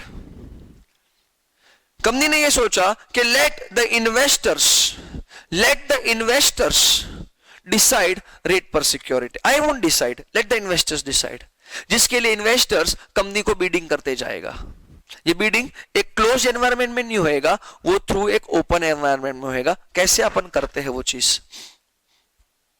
Sir अगर इन्वेस्टर को रेट पर सिक्योरिटी फिक्स करने का मौका दिया गया है, अगर इन्वेस्टर को रेट पर सिक्योरिटी को फिक्स करने का मौका दिया गया है, तो सर इन्वेस्टर तो इतना स्मार्ट है ना, वो तो डिसाइड करेगा रेट ₹2, ₹5, ₹3, ₹10, ₹15, ₹20। सर इन्वेस्टर ज्यादा रेट डिसाइड ही नहीं करेगा, बिकॉज सर अगर इन्वेस्टर ने ज्यादा रेट डिसाइड किया तो उतना रुपया इन्वेस्टर को ज्यादा पे करना पड़ेगा। तो सर इन्वेस्टर को रेट डिसाइड करने दिया तो कंपनी का कबाड़ा हो जाएगा। कंपनी बोलता है rate per security will be decided by the investor but within a price range which the company provides. Company ने बोल दिया investor you can decide any price for my security but the price has to be between ₹95 to ₹100। तो company ने rate per security नहीं बताया, company ने price range बता दिया कि investors you can fix my price which will B between ₹95 to ₹100। ये पूरे प्रोसेस को बोला जाता है बुक बिल्डिंग प्रोसेस। क्या बोला जाता है? Book building process. अब इन्वेस्टर्स लोग कंपनी को अलग अलग अमाउंट पे बिडिंग्स देगा, अलग अलग इन्वेस्टर अलग अलग अमाउंट पे बिडिंग्स देगा। कैसे? कंपनी ने बिडिंग्स लेने का चालू किया। बिडिंग के लिए इन्वेस्टर्स फॉर्म फाइल करेगा। फॉर एग्जाम्पल एक इन्वेस्टर है मिस्टर ए, उसने बोला सर मुझे आपके कंपनी का 1 लाख शेयर्स चाहिए और मैं वो शेयर्स ₹96 पर शेयर में लेने को रेडी हूं।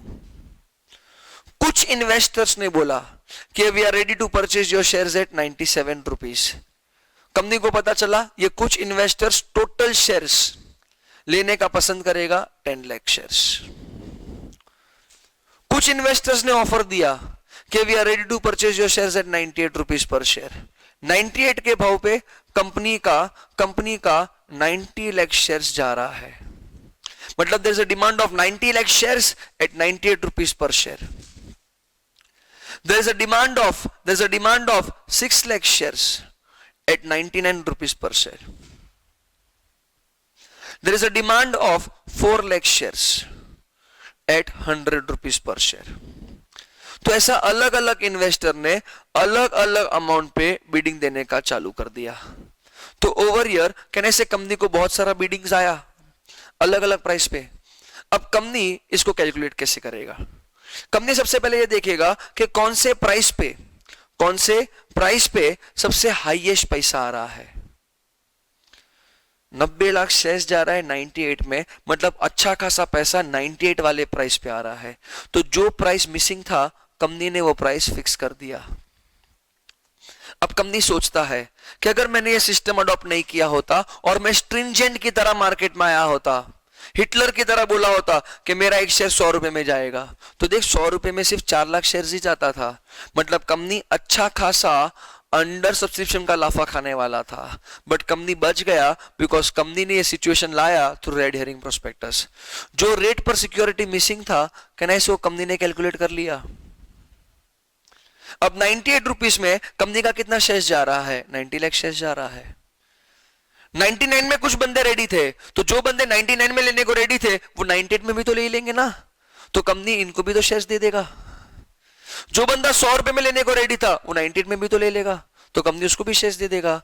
मतलब ये लोग का बिडिंग्स कैंसल, ये लोग का ऑफर कैंसल कर दिया जाएगा। ये लोग ने जो भी पैसा दिया रहेगा कंपनी वो पैसा रिफंड करेगा। 99 वाले को 1 रुपया रिफंड, 100 वाले को 2 रुपया रिफंड, बिकॉज ये सब रुपया कंपनी के पास आया रहेगा।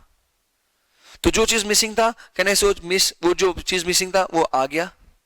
तो this system is called as a red herring prospectus. अब जैसे ही जो इंफॉर्मेशन मिसिंग था,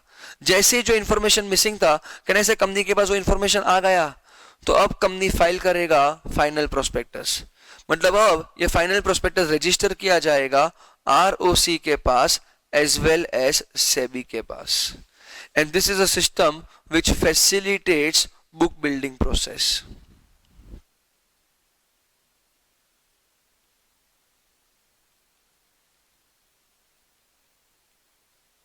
तो ये था आपका पूरा का पूरा रेड हेरिंग प्रोस्पेक्टस। देखो इधर लिखा है it facilitates book building process, filing with the registrar. कुछ भी चेंजेस रहेगा तो चेंजेस वही में इंफॉर्मेशन मेमोरेंडम में दिखा देने का, with details not included in the red herring prospectus, important details which are not included. Sure? तो यह था हमारा एक concept called as red herring prospectus. Okay okay, so let us begin the next part, that is abridged prospectus. What is abridged prospectus? Friends, जब भी मैं एक word use करूं abridged, तो उसका मतलब होता है summary. What is abridged? Summary. तो over here सबसे पहले हम लोग देखते हैं prospectus क्यों इशू होता है। Why does a company issues prospectus? Because prospectus is as equivalent to invitation to offer. अब कंपनी ने इश्यू ऑफ सिक्योरिटीज किया है, क्यों? बिकॉज पैसे का जरूरत था, पैसे का जरूरत है तो इश्यू ऑफ सिक्योरिटीज किया है, तो कंपनी ने इनविटेशन टू ऑफर भेजा है। अब कंपनी इनविटेशन टू ऑफर भेजेगा, then what is the intention of the company? The intention of the company is to receive offer from public at large. अगर मैं किसी को इनविटेशन टू ऑफर भेजता है, if I am sending an invitation to offer to someone, then what is my intention? My intention is to receive the offer. तो over here जब भी company invitation to offer भेजेगा, the intention of the company is to receive the offer. To receive the offer, कहने से public at large offer company को देगा, तो public at large company को ऑफर फोन पे देगा? नहीं, फॉर्म भरेगा ना। तो उसके लिए लॉ बोलता है कि इनविटेशन टू ऑफर के साथ साथ एप्लीकेशन फॉर्म अटैच होना चाहिए। मतलब कंपनी के प्रोस्पेक्टस के साथ साथ एक एप्लीकेशन फॉर्म अटैच होना ही चाहिए।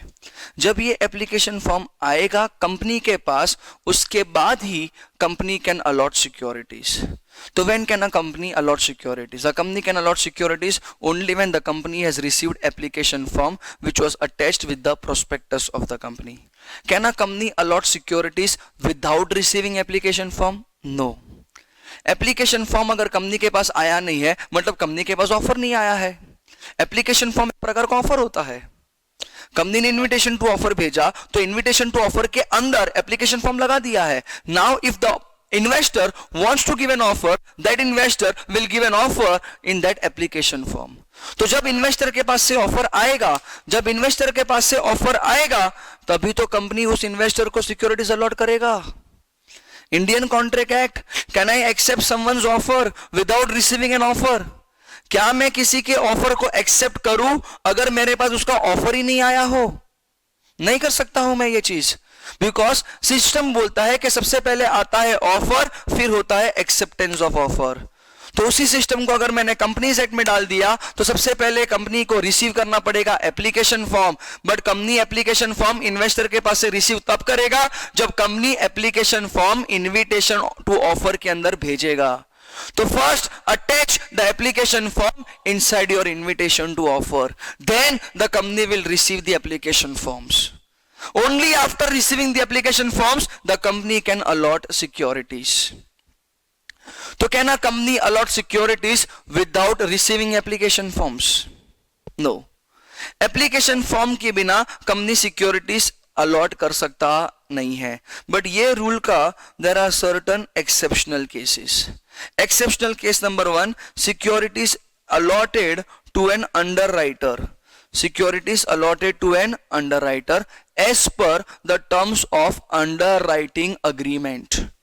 कंपनी ने एक अंडरराइटर को अपॉइंट किया है कि अगर मेरा मिनिमम सब्सक्रिप्शन नहीं हुआ तो बैलेंस शेयर्स आप लेके जाओगे। अब सच्ची में मिनिमम सब्सक्रिप्शन नहीं हुआ तो बैलेंस शेयर्स कौन लेके जाएगा? अंडरराइटर खुद। विच मीन्स कंपनी ने अलॉटमेंट ऑफ सिक्योरिटीज किया अंडरराइटर को, बट ये अलॉटमेंट करने के लिए क्या कंपनी अंडरराइटर के पास से एप्लीकेशन फॉर्म लेगा? नहीं लेगा। So in this situation, the company has allotted securities to an underwriter without receiving application form. Generally, a company cannot allot securities without receiving application form, but this is an exceptional case. Exceptional case number 2, securities allotted through private placement. Private placement में company कभी किसी को prospectus देता है क्या? नहीं। Private placement में company privately deal करता है। मतलब प्राइवेटली डील करने का मतलब होता है कंपनी सामने से ऑफर देता है। जब कंपनी सामने से ऑफर देगा तो सामने वाला या तो यस बोलेगा या तो नो बोलेगा। तुम सामने वाले को थोड़ी बोलेगा एप्लीकेशन फॉर्म भर के दे ना। So when the securities are allotted through private placement, उसमें भी कंपनी सिक्योरिटीज अलॉट करेगा without receiving application form. Generally ये चीज अलाउड होता नहीं है, बट ये दोनों जगह पे चलेगा because both of them are exceptions to the above rule. What is the rule? The rule says a company can allot securities only when the company has received application form. No application form, no allotment. No application form, no allotment. Exceptional case number 1, securities allotted to an underwriter. If a company has allotted securities to an underwriter, so in that case the company is not allowed, the company is not required to receive application forms. Exceptional case number 2, securities allotted through private placements. Private placement वाले सिलसिले में भी company को कोई भी प्रकार का application form receive करने का जरूरत नहीं है. Last exceptional case, securities issued to right shares और बोनस शेयर्स. ये किसको दिया जाता है? एग्जिस्टिंग मेंबर्स को. तो हम लोग एग्जिस्टिंग मेंबर्स को कभी भी प्रोस्पेक्टस नहीं देते हैं. याद करो, प्रोस्पेक्टस का सिलसिला कब आता है? प्रोस्पेक्टस का सिलसिला कब आता है? जब it is a public company going for public offer. ये दोनों में हम लोग ने पब्लिक ऑफर दिया है क्या? So whenever it is securities allotted other than public offer, whenever it is securities allotted other than public offer, तो उसमें company can allot securities without receiving application form. समझा? तो जब भी कंपनी प्रोस्पेक्टस बनाएगा, प्रोस्पेक्टस के साथ कंपनी को लगाना पड़ेगा application form. Application form company लगाकर भेजेगा, फिर वो एप्लीकेशन फॉर्म इन्वेस्टर फिलअप करेगा, कंपनी को रिटर्न करेगा. तो application form should be always and always associated with the prospectus. फिर वो प्रोस्पेक्टस अब्रीज्ड ही क्यों ना हो. So even an abridged prospectus should be associated with an application form. What is abridged prospectus? It is a summarized prospectus. जब भी company prospectus बनाता है तो कंपनी को प्रोस्पेक्टस बनाना पड़ता है with a golden rule. Company को प्रोस्पेक्टस बनाना पड़ता है with a golden rule. And what is the golden rule? The golden rule says at the time of preparation of prospectus. ध्यान से सुनना golden rule. At the time of preparation of prospectus, at the time of preparation of prospectus, the company shall state the truth. Prospectus बनाने के time पे the company shall state the truth, the whole truth. The company shall state the truth, the whole truth, and nothing but the truth. Nothing but the truth. ये golden rule है कि जब भी एक company prospectus बनाएगा, the company shall state the truth, the whole truth, and nothing but the truth. आप लोग ने हिंदी मूवीज में सुना रहेगा कि मैं सच बोलूंगा, सिर्फ सच बोलूंगा, सच के सिवाय कुछ नहीं बोलूंगा. उसका इंग्लिश वर्जन है कि जब भी एक कंपनी प्रोस्पेक्टस बनाएगा तो प्रोस्पेक्टस के अंदर the company shall state the truth, the whole truth, and nothing but the truth. All facts shall be revealed. जो भी सच है वो हर एक सच कंपनी को रिवील करना पड़ेगा. All facts shall be revealed and none of the facts shall be concealed. कोई भी सच चीज छुपाने का जरूरत नहीं है. With this golden rule, the company has to prepare the prospectus. अगर ये गोल्डन रूल फॉलो किया एंड कंपनी ने प्रोस्पेक्टस बनाया तो कहने से कंपनी के प्रोस्पेक्टस का साइज अनवांटेडली बहुत बड़ा हो जाएगा. बिकॉज कंपनी हर एक ट्रूथ को प्रोस्पेक्टस में लिखेगा, जो भी ट्रूथ है लिखेगा, हर एक ट्रूथ को लिखेगा. The size of the prospectus will be increasing tremendously. फिर इतना बड़ा प्रोस्पेक्टस बन जाएगा और इतना बड़ा प्रोस्पेक्टस इश्यू करने में प्रॉब्लम है.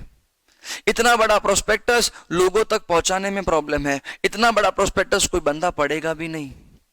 तो उसके लिए एक प्रोविजन बनाया गया called as a breach prospectus. Law बोलता है कि बड़ा प्रोस्पेक्टस बनाओ बट फिर वो बड़े प्रोस्पेक्टस का समराइज वर्जन करो, that is a breach prospectus. And वो ब्रीच प्रोस्पेक्टस के साथ एप्लीकेशन फॉर्म लगाना चाहिए. तो कहना company allot securities without receiving application form, no. 3 exceptional cases allowed. Generally not allowed, but in 3 exceptional cases it is allowed. But whenever a company is going to prepare prospectus, the prospectus shall be prepared with the golden rule. The company shall state the truth, the whole truth and nothing but the truth. All facts shall be revealed and none of the facts shall be concealed. But sir अगर ये golden rule follow किया तो company का prospectus का size बढ़ जाएगा. Sir size इतना बड़ा हो जाएगा कि it is difficult to issue such prospectus. It is difficult to refer such prospectus. So in that case, we have got a provision called as abridged prospectus. And in that abridged prospectus, it is nothing but a summarized version of the prospectus. जिसमें ये एक ऐसा prospectus है जो main prospectus के important highlights को ही लिखा जाएगा. So abridged prospectus is a prospectus which showcases the important or the highlights of the main prospectus. अब अब्रीज प्रोस्पेक्टस पब्लिक एट लार्ज को दोगे या मेन प्रोस्पेक्टस दोगे? अब्रीज प्रोस्पेक्टस. तो वो अब्रीज प्रोस्पेक्टस को भी एसोसिएट करना पड़ेगा विद द एप्लीकेशन फॉर्म. तो यहां पे हमारा प्रोविजन है अब्रीज प्रोस्पेक्टस. देखो मैंने जो एक्सेप्शनल केसेस का बात किया था वो ये रहा. ओवर हियर आपको दिखेगा 2 पॉइंट बिकॉज वो लोग ने ये वाले पॉइंट को एक ही बना दिया है. तो point number 1, any securities issued. Point number 1, any securities issued to an underwriter or any securities which are not offered to the public. ये दोनों जगह पे आपको एप्लीकेशन फॉर्म नहीं भी मिला है फिर भी आप सिक्योरिटीज अलॉट कर सकते हो. Sure 100%. Over here let us move on to the next part. चलो गोल्डन रूल फॉलो करने के बाद ही कैन से कंपनी एक प्रोस्पेक्टस बनाएगा. For example there is a company जिन्होंने प्रोस्पेक्टस बनाया. There's a company जिन्होंने प्रोस्पेक्टस बनाया एंड प्रोस्पेक्टस बनाने के टाइम पे गोल्डन रूल फॉलो नहीं किया. प्रोस्पेक्टस बनाया but without following the golden rule. अब आप ही समझो एक ऐसा प्रोस्पेक्टस विदाउट गोल्डन रूल, एक ऐसा प्रोस्पेक्टस विदाउट गोल्डन रूल. वो प्रोस्पेक्टस ट्रू स्टेटेड होएगा या मिसस्टेटेड होएगा? Pretty obvious that entire prospectus will be a misstated. And जब भी प्रोस्पेक्टस मिसस्टेटेड होता है तो provisions of section number 34 and section number 35 gets activated. Section number 34 बोलता है क्रिमिनल लायबिलिटी. सेक्शन नंबर 34 बोलता है criminal liability in case of misstatement. In case of misstatement inside a prospectus. 35 बोलता है civil liability in case of misstatement inside the prospectus.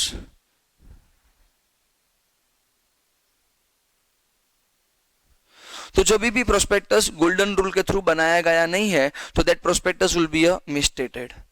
When I say misstated, it is either section number 34 and section number 35. I'm not sorry, it is not either, it is both of the provisions. जैसे ही section number 34 आएगा तो simultaneously section number 35 भी आ जाएगा. 34 बोलता है criminal liability, 35 बोलता है civil liability. अब आप सोचो कि कंपनी का prospectus है misstated है, मतलब prospectus के अंदर कहने से कुछ गलत बात बोली गई है, prospectus के अंदर कुछ झूठ बोला गया है. अगर prospectus misstated है तो यहां पर तकलीफ किसको हो जाएगा? कंपनी को या इन्वेस्टर्स को? इन्वेस्टर्स को. तो who becomes the agreed party? The aggrieved party are none other than the shareholders of the company. Being an aggrieved party, can I say they will have got certain rights against the company? तो rights of the share holders, right of the agreed party against the company, ये लोग के पास क्या क्या right है? Number सबसे पहले they can resign their contract, उन्होंने कंपनी के साथ जो भी कॉन्ट्रैक्ट किया था वो लोग वो कैंसिल करवा देंगे। अगर यहाँ पे उनको कुछ भी नुकसान हुआ है तो वो लोग डैमेजेस मांग लेंगे। वो लोग ने जो भी शेयर्स लिया था वो शेयर्स को वो लोग रिटर्न कर लेंगे। जैसे वो लोग ने शेयर्स रिटर्न कर दिया तो वो लोग अपना पैसा रिफंड मांगेंगे। अगर वो लोग को हुआ तो वो लोग कंपनी के खिलाफ केस भी फाइल कर सकते हैं। तो this are the remedies available to an aggrieved party in case of misstatement inside a prospectus. But जब भी प्रोस्पेक्टस मिसस्टेटेड होएगा तो बैंड कंपनी का भी बचेगा एंड उसके साथ साथ नेचुरल पर्सन्स का भी बचेगा। That is the natural persons who are responsible for this misstated prospectus. And who are the natural persons responsible? The directors of the company, the promoters of the company और experts who had given their comments inside the prospectus. तो ये लोग के सबके ऊपर liability आ जाएगा। जब मैं बोलूं कंपनी तो it is nothing but N artificial person. Artificial person जैसे मैं बोलता हूं तो एक ऐसा पर्सन है जिसके ऊपर तुम कौन सा लायबिलिटी डाल सकता है? आर्टिफिशियल पर्सन के ऊपर तुम सिर्फ सिविल लायबिलिटी डाल सकता है। नेचुरल पर्सन के ऊपर तुम क्रिमिनल लायबिलिटी भी डाल सकता है, सिविल लायबिलिटी भी डाल सकता है। What is a criminal liability? Criminal liability मतलब बंदे को जेल में डालो, सिविल लायबिलिटी मतलब उनके पास से फाइन वसूल करो। तो section number 35 will be applicable upon natural person as well as artificial person, whereas section number 34 will be applicable only upon an only upon a natural person. Section number 34 35 कब आएगा? जब company का prospectus मिसस्टेटेड है। जब भी मिसस्टेटेड है तो 34 भी होएगा, 35 भी होएगा। एंड जब भी 34 हो 35 हो तो साथ में सेक्शन नंबर 447 हो because section number 447 defines penalty for fraud. It defines penalty for fraud. अभी आप ही सोचो कि कंपनी का प्रोस्पेक्टस मिसस्टेटेड है, कंपनी का प्रोस्पेक्टस मिसस्टेटेड है। तो अगर प्रोस्पेक्टस मिसस्टेटेड है तो यहां पर कहने से कंपनी ने कोई प्रकार का फ्रॉड किया है तो सेक्शन नंबर 447 आ जाएगा। What is the penalty for fraud? When I say penalty for fraud, when I say penalty for fraud, it is a very easy penalty. जो भी बंदा है जिसने फ्रॉड किया है, उसको इम्प्रिजनमेंट में डालो for minimum 6 months, maximum 10 years। अगर उसने पब्लिक एट लार्ज के साथ फ्रॉड किया है तो मिनिमम 3 years, मैक्सिमम 10 years। उसके साथ साथ उसके पास से पेनल्टी वसूल किया जाएगा। कितना penalty? That is the amount of fraud done. जितने का फ्रॉड किया उतने का पेनल्टी भरेगा। ये मिनिमम पेनल्टी है which can be extended to 3 times the amount of fraud done. तो सेक्शन नंबर 447 कब आएगा? जब 34 होएगा एंड 35 होएगा। 34 35 कब होएगा? जब कंपनी का प्रोस्पेक्टस बनाया गया रहेगा without following the golden rule. And when I say without following the golden rule, it is a prospectus which is a misstated one. Sure? तो देखो यहाँ पे हमारे पास आ जाता है remedies for misrepresentation inside the prospectus. Remedies against the company. बंदा क्या कर सकता है? बंदा कॉन्ट्रैक्ट को रेस्काइंड कर सकता है। A person can also file a case against the company. He may take back his money and he can ask for damages. But what are the remedies available against the directors and promoters and experts? Remedies against the directors, promoters and experts is something called as criminal liability as well as civil liability. Refer next page. तो यहाँ पे आ गया criminal liability for misstatement. Criminal liability for misstatement. Criminal liability for misstatement inside the prospectus, that is section number 34। And उसके साथ साथ आ जाता है section number 35, that is civil liability for misstatement inside the prospectus। ये हम लोग ने पूरा का पूरा चीज डिस्कस किया। देखो जिधर भी 34 आएगा उधर सेक्शन नंबर 447 आ ही जाएगा। What is section number 447? That is penalty for fraud. What is the minimum penalty? 6 months of imprisonment which can be extended to 10 years। But if public interest has been affected, minimum imprisonment is 3 years। Fine of fraud, that is fine which is amount shall not be less than the amount involved in the fraud, but which may extend to 3 times the amount involved in the fraud। Sure? पक्का? 100%। यहाँ पे हमारा next part आता है section number 36। Section number 36 deals with fraudulently inducing someone to purchase the securities of a company. अगर आपने किसी को फ्रॉड्यूलेंटली जाल में फंसाया है, अगर आपने किसी को फ्रॉड्यूलेंटली इंड्यूस किया है to purchase the securities of a company, तो आपके ऊपर लग जाएगा section number 36, that is nothing you have done a fraud. And जब भी फ्रॉड होएगा it is nothing but covered under section number 447। तो जब भी सेक्शन 34 हो, 35 हो, 36 हो, सेक्शन नंबर 447 हो। फॉर एग्जाम्पल, मैं कंपनी का मैनेजर है, मुझे मेरे कंपनी के शेयर्स मार्केट में बिकवाने हैं, तो मैंने मार्केट में एक गलत अफवाह फैला दिया कि मेरे कंपनी को एक बहुत बड़ा सा प्रोजेक्ट मिलने वाला है। प्रोजेक्ट 10,000 करोड़ का है। अगर मेरे कंपनी को ये बड़ा सा प्रोजेक्ट 10,000 करोड़ का मिल जाएगा तो मेरे कंपनी का रेवेन्यू बढ़ेगा या कम होएगा? रेवेन्यू बढ़ेगा, प्रॉफिट बढ़ेगा। प्रॉफिट बढ़ेगा तो अब इन्वेस्टर्स क्या सोचेगा? It is better to invest in this company के not to invest in this company. Pretty obvious, it is better to invest in this company. ये अफवाह मैंने सिर्फ मार्केट में फैलाया। सच्ची में बोलूं तो मेरे कंपनी को 10 रुपए का भी कॉन्ट्रैक्ट नहीं मिलने वाला था, बट मैंने ये अफवाह क्यों फैलाया? Because I wanted that my security should get subscribed. तो कहने से मैंने पब्लिक एट लार्ज को, मैंने लोगों को फ्रॉड्यूलेंटली इंड्यूस किया है, तो मेरे पे लग जाएगा सेक्शन नंबर 36। क्योंकि मैंने किया है फ्रॉड तो मेरे ऊपर लग जाएगा सेक्शन नंबर 447। अगर ये चीज मैंने कुछ लोगों के साथ किया है तो imprisonment of 6 months which can be extended to 10 years। But अगर ये वाला फ्रॉड मैंने बहुत सारे लोगों के साथ किया है तो imprisonment of minimum 3 years which can be extended to 10 years। उसके साथ साथ मेरे को फाइन कितना भरना पड़ेगा? जितने का मैंने फ्रॉड किया है, and which can be extended to 3 times the amount of fraud। Sure? Let us move on to the next part, that is section number 39 and 40, that is nothing but part 2, allotment of securities। याद करो, ये पूरा का पूरा chapter दिया गया था under chapter number 3 of Companies Act 2013, wherein chapter number 3 deals with 2 parts, part 1, part 2। Part 1 divided into 2 parts, part 1A prospectus, part 1B allotment of securities। Part 1A prospectus 23 से लेके 38 था, allotment of securities section number 39 and 40। What is allotment of securities?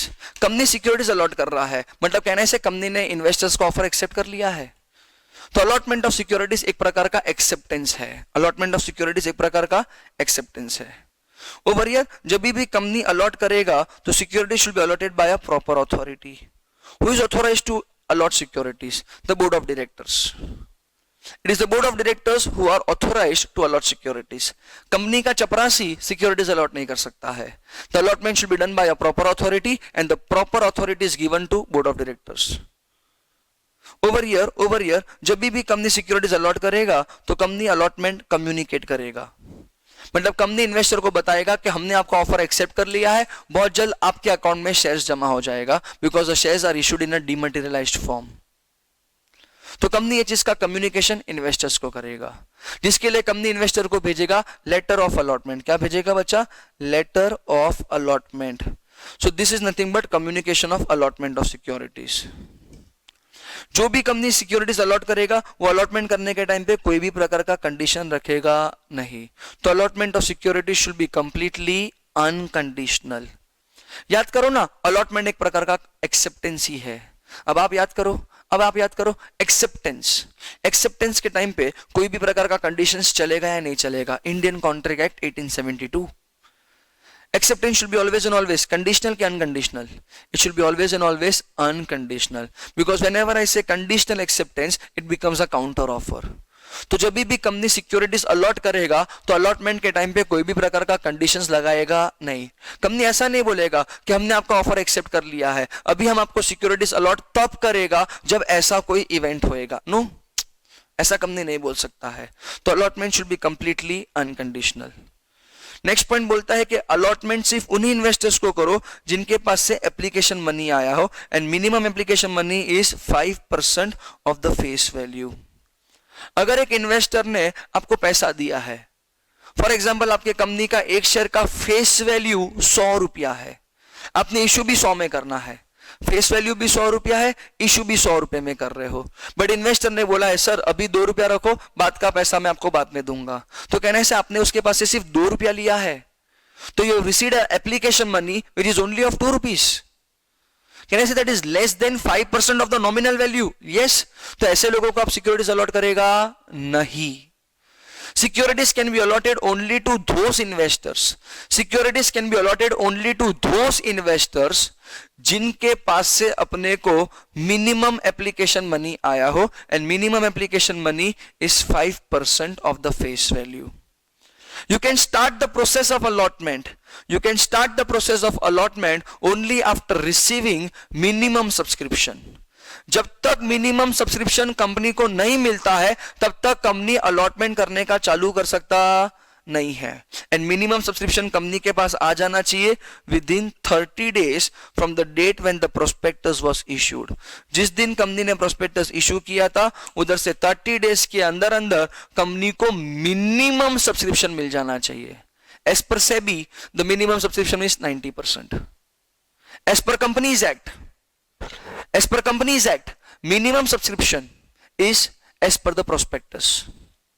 Prospectus में लिखा है 100% तो 100%, prospectus में लिखा है 90% तो 90%, but SEBI guidelines बोलता है कि minimum subscription 90% होना चाहिए. Companies Act, SEBI Act. Companies Act is applicable upon each and every companies. SEBI Act is applicable upon companies which are listed companies. ऐसी कोई कंपनी जिनका सिक्योरिटीज एक recognized stock exchange में listed हो. तो over year जब तक minimum subscription नहीं आएगा तब तक कंपनी अलॉटमेंट चालू करेगा नहीं.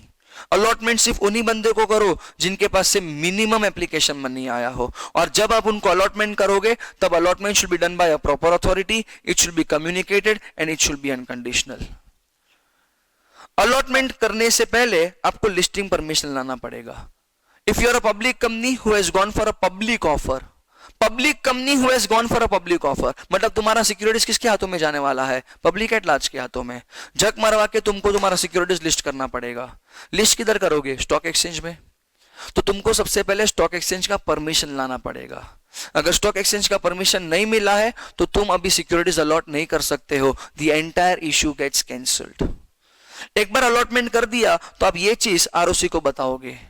That is, you need to file a return of allotment, and that will be filed under a form called as PAS3. PAS, that is nothing but the name of the chapter, Prospectus Allotment of Securities, form number 3. तो allotment कितने में किया, कितने investors को किया, कौन से time पे किया, ये सारा का सारा डिटेल्स डैश को फाइल करोगे आरओसी को. किसको फाइल करोगे? आरओसी को. And that will be filed under a form called as PAS3. The last part and the most important part is something called as private placement. Section number 42. इसमें एक amendment आया है, उसके लिए इसको थोड़ा ध्यान से पढ़ना पड़ेगा.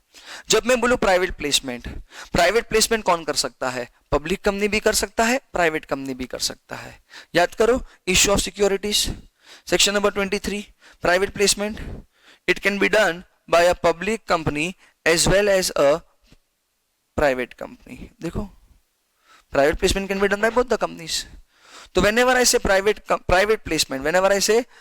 placement, इधर कंपनी प्राइवेटली सिक्योरिटीज प्लेस करता है. मतलब ये वाले सिचुएशन में public at large role play करता नहीं है. तो प्राइवेट प्लेसमेंट करने के लिए कंपनी को सबसे पहले बनाना पड़ेगा प्राइवेट प्लेसमेंट ऑफर लेटर. क्या बनाना पड़ेगा? Private placement offer letter, which is shortly referred as PPOL. एंड ये प्राइवेट प्लेसमेंट ऑफर लेटर बनाया जाएगा as per form number PAS4. एक कंपनी एक साल में मैक्सिमम 50 लोग को PPOL बांट सकता है. वो 50 लोग और कुछ नहीं but they are the identified person. मतलब कंपनी उन्हीं लोगों को प्राइवेट प्लेसमेंट ऑफर लेटर देगा जिनको कंपनी जानता है. रिलायंस इंडस्ट्रीज लिमिटेड अगर कुणाल शाह को जानता है तो Reliance industries Limited private placement offer letter किसके नाम पे बनाएगा? कुणाल शाह के नाम पे बनाएगा. अगर ऑफर लेटर कुणाल शाह के नाम पे बनाया गया है तो ये ऑफर को एक्सेप्ट भी कौन कर सकता है? सिर्फ और सिर्फ कुणाल शाह. मतलब प्राइवेट प्लेसमेंट वाली चीजों को तुम कभी भी कोई प्रकार का रिनंसिएशन नहीं करवा सकता है. जनरल केसेस में renunciations are allowed, but in case of private placement renunciations are not allowed. तो एक कंपनी एक साल में मैक्सिमम कितने लोगों को PPOL बांट सकता है? मैक्सिमम 50 लोगों को. बट ये 50 लोगों के लिस्ट में QIBs that is qualified institutional buyers को एक्सक्लूड करना है, एंड ऐसे कोई एम्प्लॉयज को एक्सक्लूड करना है जिनको आपने ESOPs का प्लान दिया है। तो ये 2 जन को एक्सक्लूड किया जाएगा, ये 2 जन को एक्सक्लूड किया जाएगा। तो ये 50 के लिस्ट में QIBs एक्सक्लूडेड है, एंड एम्प्लॉयज जिसको तुम शेयर्स देना चाहते हो उनको भी तुम एक्सक्लूड कर सकते हो। What is QIBs? They are very large market players. They are very big players. जिधर एक रिटेल इन्वेस्टर्स का इन्वेस्टमेंट करने का ताकत खत्म होता है, उधर QIBs का इन्वेस्टमेंट करने का ताकत चालू होता है। जनरली एक इन्वेस्टर कंपनी का शेयर्स खरीदता है, बट QIB कंपनी का स्टेक खरीद लेता है। LIC is one of the example of qualified institutional buyers. ये लोग बहुत बड़ा बड़ा इन्वेस्टमेंट करता है। तो अगर कंपनी ने कोई प्राइवेट प्लेसमेंट ऑफर लेटर कोई QIB को भेजा है, ओके भेजा है, QIB को भेजा है PPOL, बट वो PPOL भेजा QIB को है, बट उसमें ये 50 जन की लिस्ट में गिना जाएगा नहीं।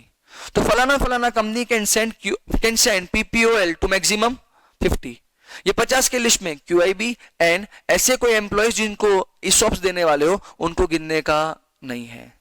Over year a company making private placement shall issue private placement offer letter and application in such form as the manner is specified.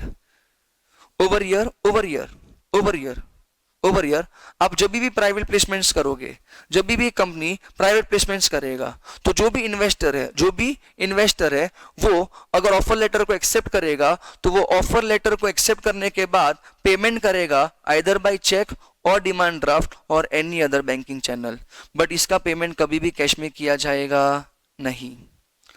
Over here company needs to even file a return of allotment, and यहाँ पे return of allotment file किया जाएगा under a form called as PAS 5। Normal allotment का return file किया जाता है PAS 3 में, but private placement का रिटर्न ऑफ अलॉटमेंट फाइल किया जाएगा PAS 5 में। Over here, the company needs to allot securities within 60 days. अगर कंपनी ने 60 डेज के अंदर अंदर सिक्योरिटीज अलॉट नहीं किया तो कंपनी को 15 दिन में पैसा रिफंड करना पड़ेगा। अगर 15 दिन में पैसा भी रिफंड नहीं किया तो company needs to pay the interest at the rate of 12% per annum. For example there is a company over here called as Reliance Industries Limited. तो रिलायंस इंडस्ट्रीज लिमिटेड ने एक प्राइवेट प्लेसमेंट ऑफर लेटर बनाया। सबसे ऊपर company का नाम, registered office address, investor का नाम, फॉर एग्जांपल मुकेश अंबानी। तो it is Reliance who has sent offer letter to Mukesh Ambani. But sir Reliance और मुकेश एक ही है? नो, नॉनसेंस, दोनों अलग अलग छे, सेपरेट लीगल एंटिटी। अब रिलायंस ने ऑफर लेटर मुकेश अंबानी को दिया है। ऑफर लेटर में लिखा गया है कि मुकेश अंबानी क्या आप अपना पैसा रिलायंस में इन्वेस्ट करना चाहोगे? अगर हाँ तो कंपनी आपको इतना शेयर्स देगा इतने भाव पे। एक ऑफर लेटर रेडी हो गया। फॉर एग्जांपल रिलायंस ने मुकेश अंबानी को बोला कि if you are ready to invest your money with Reliance then we are ready to provide you shares having a face value of 10 rupees at ₹1000 per share. This is the offer price and हमारा company का market price per share अभी चालू है 1200 रुपया।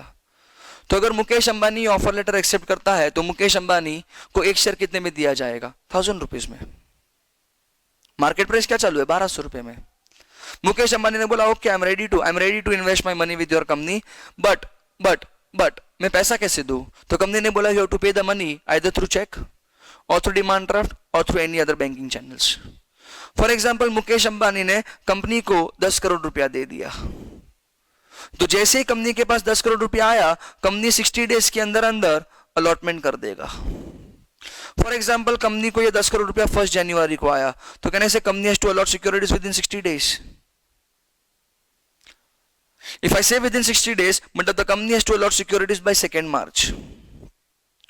अगर company ने 2 मार्च तक securities allot नहीं किया तो within 15 days the company has to refund the entire amount. मतलब by 17 March the company has to refund the entire amount. अगर कंपनी ने रिफंड अमाउंट किया 17 मार्च के बाद, तो जब भी करेगा तो पैसे के साथ, दैट इज 10 करोड़ के साथ साथ the company has to pay interest at the rate of 12% per annum. But ये इंटरेस्ट का कैलकुलेशन किधर से किया जाएगा? इंटरेस्ट का कैलकुलेशन किया जाएगा from the expiry of 60th day. 60th day खत्म कब हुआ था? 2 मार्च से, मतलब ये पूरे पीरियड में इंटरेस्ट कैलकुलेट किया जाएगा।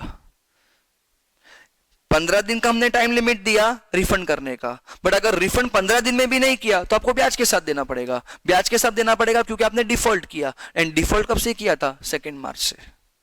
तो अगर 15 दिन के अंदर अंदर पैसा दे दिया तो आपके ऊपर कोई इंटरेस्ट लगेगा नहीं, बट अगर आपने नहीं दिया तो आपको रिफंड करना पड़ेगा अमाउंट विद इन 15 डेज। अगर 15 डेज में पैसा रिफंड नहीं किया तो interest at the rate of 12% and interest will be counted from the expiry of 60th day.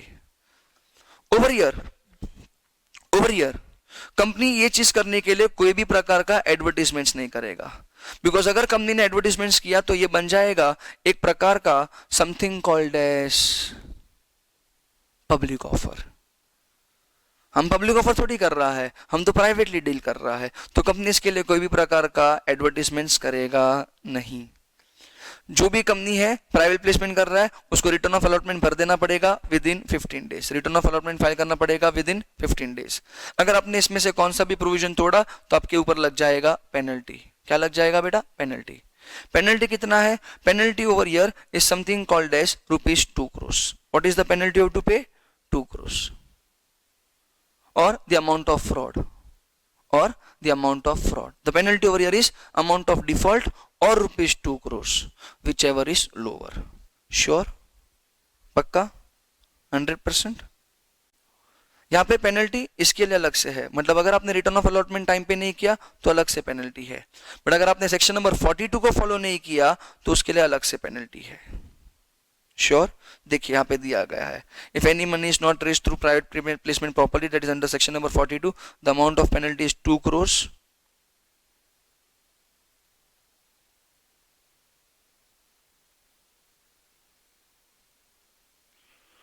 which may extend to the amount raised through private placement or 2 crore, whichever is lower. Sure? तो यहाँ पे हमारा खत्म हुआ private placement. एक miscellaneous provision है हमारे पास, that is a topic called as global depository receipts, section number 41। Global depository receipts section number 41। Global depository receipts हर एक कंपनी कर सकती है, GDRs. It is mostly done by a public company who wants to get money from foreign markets. It can be done by a public company who want to raise funds from foreign markets. Company India का but पैसा foreign से चाहिए, मतलब company is going to receive money from global environment. In this case, the company needs to first pass a board resolution. The company needs to first pass a board resolution.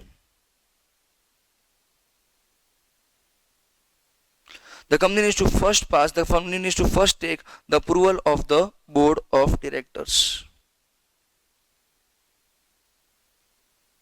That is, the company needs to pass a board of directors का resolution. After passing the board resolution, the company needs to take the consent of its members. The company needs to pass a special resolution. Special resolution pass करने के बाद company एक overseas depository bank को appoint करेगा, एक overseas international custodian को appoint किया जाएगा। ओवरसीज डिपॉजिटरी बैंक वही है जिनके पास कंपनी का शेयर्स होएगा, and that will be held with the domestic custodian bank. Over here company एक मर्चेंट बैंकर को अपॉइंट कर सकता है, प्रैक्टिसिंग चार्टर्ड अकाउंटेंट को अपॉइंट कर सकता है, या तो प्रैक्टिसिंग कॉस्ट अकाउंटेंट को अपॉइंट कर सकता है, या तो कंपनी सेक्रेटरी को अपॉइंट कर सकता है, just to showcase this entire working कि सेक्शन नंबर 41 का प्रोविजंस बराबर से फॉलो हो रहा है या नहीं हो रहा है। ओवर ईयर ये GDR का कंसेप्ट कैसे चलेगा? Indian company will approach a domestic custodian. That domestic custodian will be having a foreign branch, and that foreign branch will attract foreign investors. Company ने डोमेस्टिक कस्टोडियन को अपना shares देना है, shares का physical position domestic custodian के पास है। ये investors अपना hard earn money foreign branch में डिपॉजिट करेगा, that is overseas bank having a foreign branch, या तो Indian bank having a foreign branch. Over here for example there is a company called as Reliance industries Limited. Reliance industries limited को पैसा चाहिए European market से, पैसा कहाँ से चाहिए? यूरोपियन मार्केट से। तो रिलायंस ने सोचा मैं डायरेक्टली अप्रोच नहीं करता हूं उनको, तो रिलायंस ने अपॉइंट किया एक डोमेस्टिक कस्टोडियन को called as HSBC securities services, domestic custodian. But can I say this domestic custodian is having an international branch also? नहीं है, तो that domestic custodian will approach an international custodian called as Morgan and Stanley. अब company ने पैसा चाहिए, ये information HSBC को दिया, HSBC ने इंफॉर्मेशन मॉर्गन स्टैनली को दिया, मॉर्गन स्टैनली ने इंफॉर्मेशन इन्वेस्टर्स को दिया। देखो इन्वेस्टर्स को क्या बोला जाएगा कि फॉरेन में एक कंपनी है। अब देखो ये सब के सब यूरोपियंस है, ये सब के सब है तो यूरोपियंस, उनके लिए इंडिया फॉरेन है, तो उनको बोला जाएगा कि फॉरेन में एक कंपनी है कॉल्ड एज रिलायंस, इंडिया में एक कंपनी है कॉल्ड एज रिलायंस जो इंडिया का सबसे लार्जेस्ट कंपनी है, वो कंपनी को पैसे का जरूरत है, do you want to invest your money with that company? तो यूरोपियंस ने बोला yes yes yes yes we are ready to invest our money in that company. तो ये लोग ने अपना यूरोस देने का चालू किया। ये यूरोस कंपनी जमा करेगा एक इंडियन बैंक में, और else Indian bank having foreign branch, और as a foreign bank having a local branch in India, किधर भी ये पैसा जमा किया जाएगा। तो कंपनी ने अपना शेयर्स किसको दे दिया? डोमेस्टिक कस्टोडियन को। डोमेस्टिक कस्टोडियन ने शेयर्स किसको दे दिया? इंटरनेशनल कस्टोडियन को। अब ये शेयर्स रहेगा पोजीशन इंटरनेशनल कस्टोडियन के पास, ये लोग को सिर्फ दिया जाएगा एक रिसिप्ट कि हाँ तुम्हारा पैसा हमारे पास आया था और हमने आपके नाम पे इतना शेयर्स हमारे पास जमा रखा है। तो कंपनी को पैसा किधर से मिल गया? यूरोपियन मार्केट से। तो कहने से कंपनी को पैसा ग्लोबल एनवायरनमेंट से मिला बट धंधा लोकल मार्केट में चलेगा। तो over here what is the manner and form of depository receipts? The depository receipts can be issued by way of public offer और by private placements. I am sorry, मतलब यहां पे ये company या तो फॉरेन के पब्लिक एट लार्ज को approach करेगा या तो प्राइवेटली किसी को अप्रोच करेगा। ओवर हियर जो भी डिपॉजिटरी रिसिप्ट्स होएगा may be issued against new shares और may be sponsored against shares held by the share holders of the company. मतलब कंपनी नया शेयर्स इशू करेगा। यहां पर the underlying shares shall be allotted in the name of the overseas depository bank, मतलब shares will be held in the name of Morgan and Stanley. But the depository receipt shall be issued by the overseas depository bank abroad. Abroad में ये चीज issue किया जाएगा। Sure? Over here जिसके पास shares होएगा उनके पास voting rights होएगा। Over here जो भी पैसा आएगा ये प्रोसेस के थ्रू, ये पैसा किधर डिपॉजिट किया जाएगा? The money will be deposited either to a bank account in India or deposited in an Indian bank operating abroad or a foreign bank having operations in India, जो मैंने आपको थोड़े टाइम पहले बताया था। श्योर? तो यहाँ पे हमारा पूरा का पूरा एक टॉपिक खत्म हो गया called as prospectus, allotment of securities and private placement. Thank you so much.